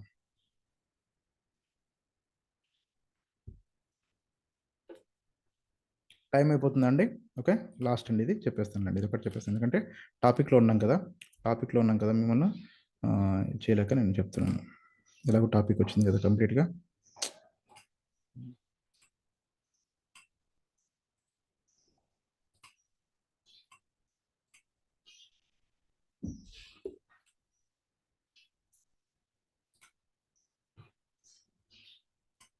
ఇప్పుడు ఒకసారి చూడండి. ఓకే, ఇందులో ఇమేజ్ ఇక్కడే ఉంది. ఓకేనండి, తర్వాత ఇమేజ్ అనేటువంటి మన HTML ఫైల్ ఇక్కడ ఉంది. ఈ కోడ్ ఓపెన్ చేసి చూస్తే మీకు ఏమవుతుందంటే, నార్మల్గా ఇమేజ్ 1 అనేది కాబట్టి ఇది మనకు డిస్ప్లే అవుతుంది. ఆ తర్వాత ఇమేజ్ 1 అని ఉంది. విడ్త్ హైట్ ఇచ్చాను నేను. విడ్త్ ఒక 300, 200 హైట్ ఇచ్చాను నేను. ఓకేనండి, ఇప్పుడు సేవ్ చేస్తాను నేను. సేవ్ చేస్తే కనుక ఏంటంటే ఒకసారి చూడండి. ఇప్పుడు ఇమేజ్ యొక్క సైజ్ అనేది ఓకేనండి, సైజ్ అనేది ఇప్పుడు 300, 200 ఇచ్చాను. దీన్ని నేను మారుస్తాను, మళ్ళీ మార్చేస్తాను. ఓకేనండి, మార్చేస్తాను. ఒకసారి చూద్దాము. ఓకే, ఇందులో 300, 200 కాకుండా ఫర్ ఎగ్జాంపుల్ నేను ఇక్కడ 100 అని ఇచ్చాను. ఓకేనండి, ఇక్కడ కూడా 100 అని ఇచ్చాను. 100 ఇస్తే ఏమవుతుందంటే చిన్నగా అవుతుంది అంతే. ఓకేనండి, ఇక్కడ 100 అంటే తక్కువది కదా, తగ్గిపోతుంది. ఇక్కడ చూడండి, కావాలంటే చిన్నగా అయిందా. 100 అంటే దానికి ఇమేజ్ సైజు మనకు మార్చాము. ఓకే, సో మీరు ఎంత ఇస్తే అంత అండి. ఓకేనండి, మీరు ఎంత ఇస్తే అంత. సే ఫర్ ఎగ్జాంపుల్ 500 ఇచ్చుకుంటే మీరు 500 ఎంత ఇవ్వచ్చు. హైట్ కూడా సేమ్ ఇవ్వాలని లేదు, విడ్త్ హైట్ సేమ్ ఇవ్వాలని లేదు. నేను జస్ట్ సేమ్ ఇస్తున్నాను, మీరు ఇలాగే ఇచ్చుకోండి. ఓకే, ఒక 500 అని ఇస్తే ఇంతలా వచ్చింది, అది ఇమేజ్ ఇలా వచ్చింది. ఓకేనండి, సో ఇది సింగిల్ ఇమేజ్ ఉన్నప్పుడు. ఓకేనండి, సింగిల్ ఇమేజ్ ఉన్నప్పుడు. అలా కాకుండా నాకు ఇప్పుడు ఒక 2-3 ఇమేజెస్ ఉన్నాయి అనుకోండి. ఒక 3 ఇమేజ్ నా దగ్గర ఉన్నాయి. ఓకేనండి, ఇమేజ్ 1, ఇమేజ్ 2, ఇమేజ్ 3 అని సంథింగ్ నేను తీసుకున్నాను అనుకోండి. ఓకే, సో ఇక్కడ నేను ఇమేజ్లో 1, 2, 3 ఓకే, సారీ 3 అనుకోండి. ఇప్పుడు వీటన్నిటికి నేను ఏం చేస్తున్నానంటే 200 అని ఇచ్చేస్తున్నాను. అన్నిటికీ యూనిఫామ్గా సేమ్గా ఉండాలని చెప్పేసి నేను ఏం చేస్తున్నాను అంటే కనుక 200 అని ఇస్తున్నాను.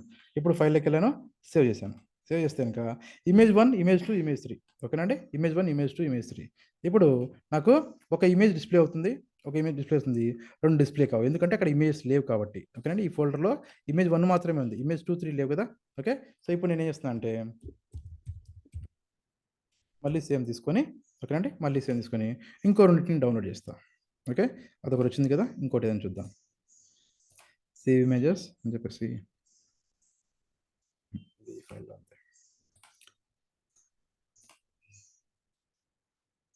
మనకు జేపీజీ ఫార్మాట్ ఇచ్చాం కదా, మళ్ళీ అనవసరంగా మళ్ళీ మార్చడం ఎందుకు. సో ఈ న్యూ ఫోల్డర్లోకి వెళ్ళేసి ఇక్కడికి వచ్చేసిన తర్వాత ఏం చేస్తామంటే ఇమేజ్ 2 అని ఇస్తాను నేను. ఓకే, ఇమేజ్ 2 అని ఇస్తాను. ఆ తర్వాత నెక్స్ట్ ఇంకోటి ఏదైనా ఉందో చూద్దాం ఒకసారి. ఇంకేదైనా సార్ ఇమేజ్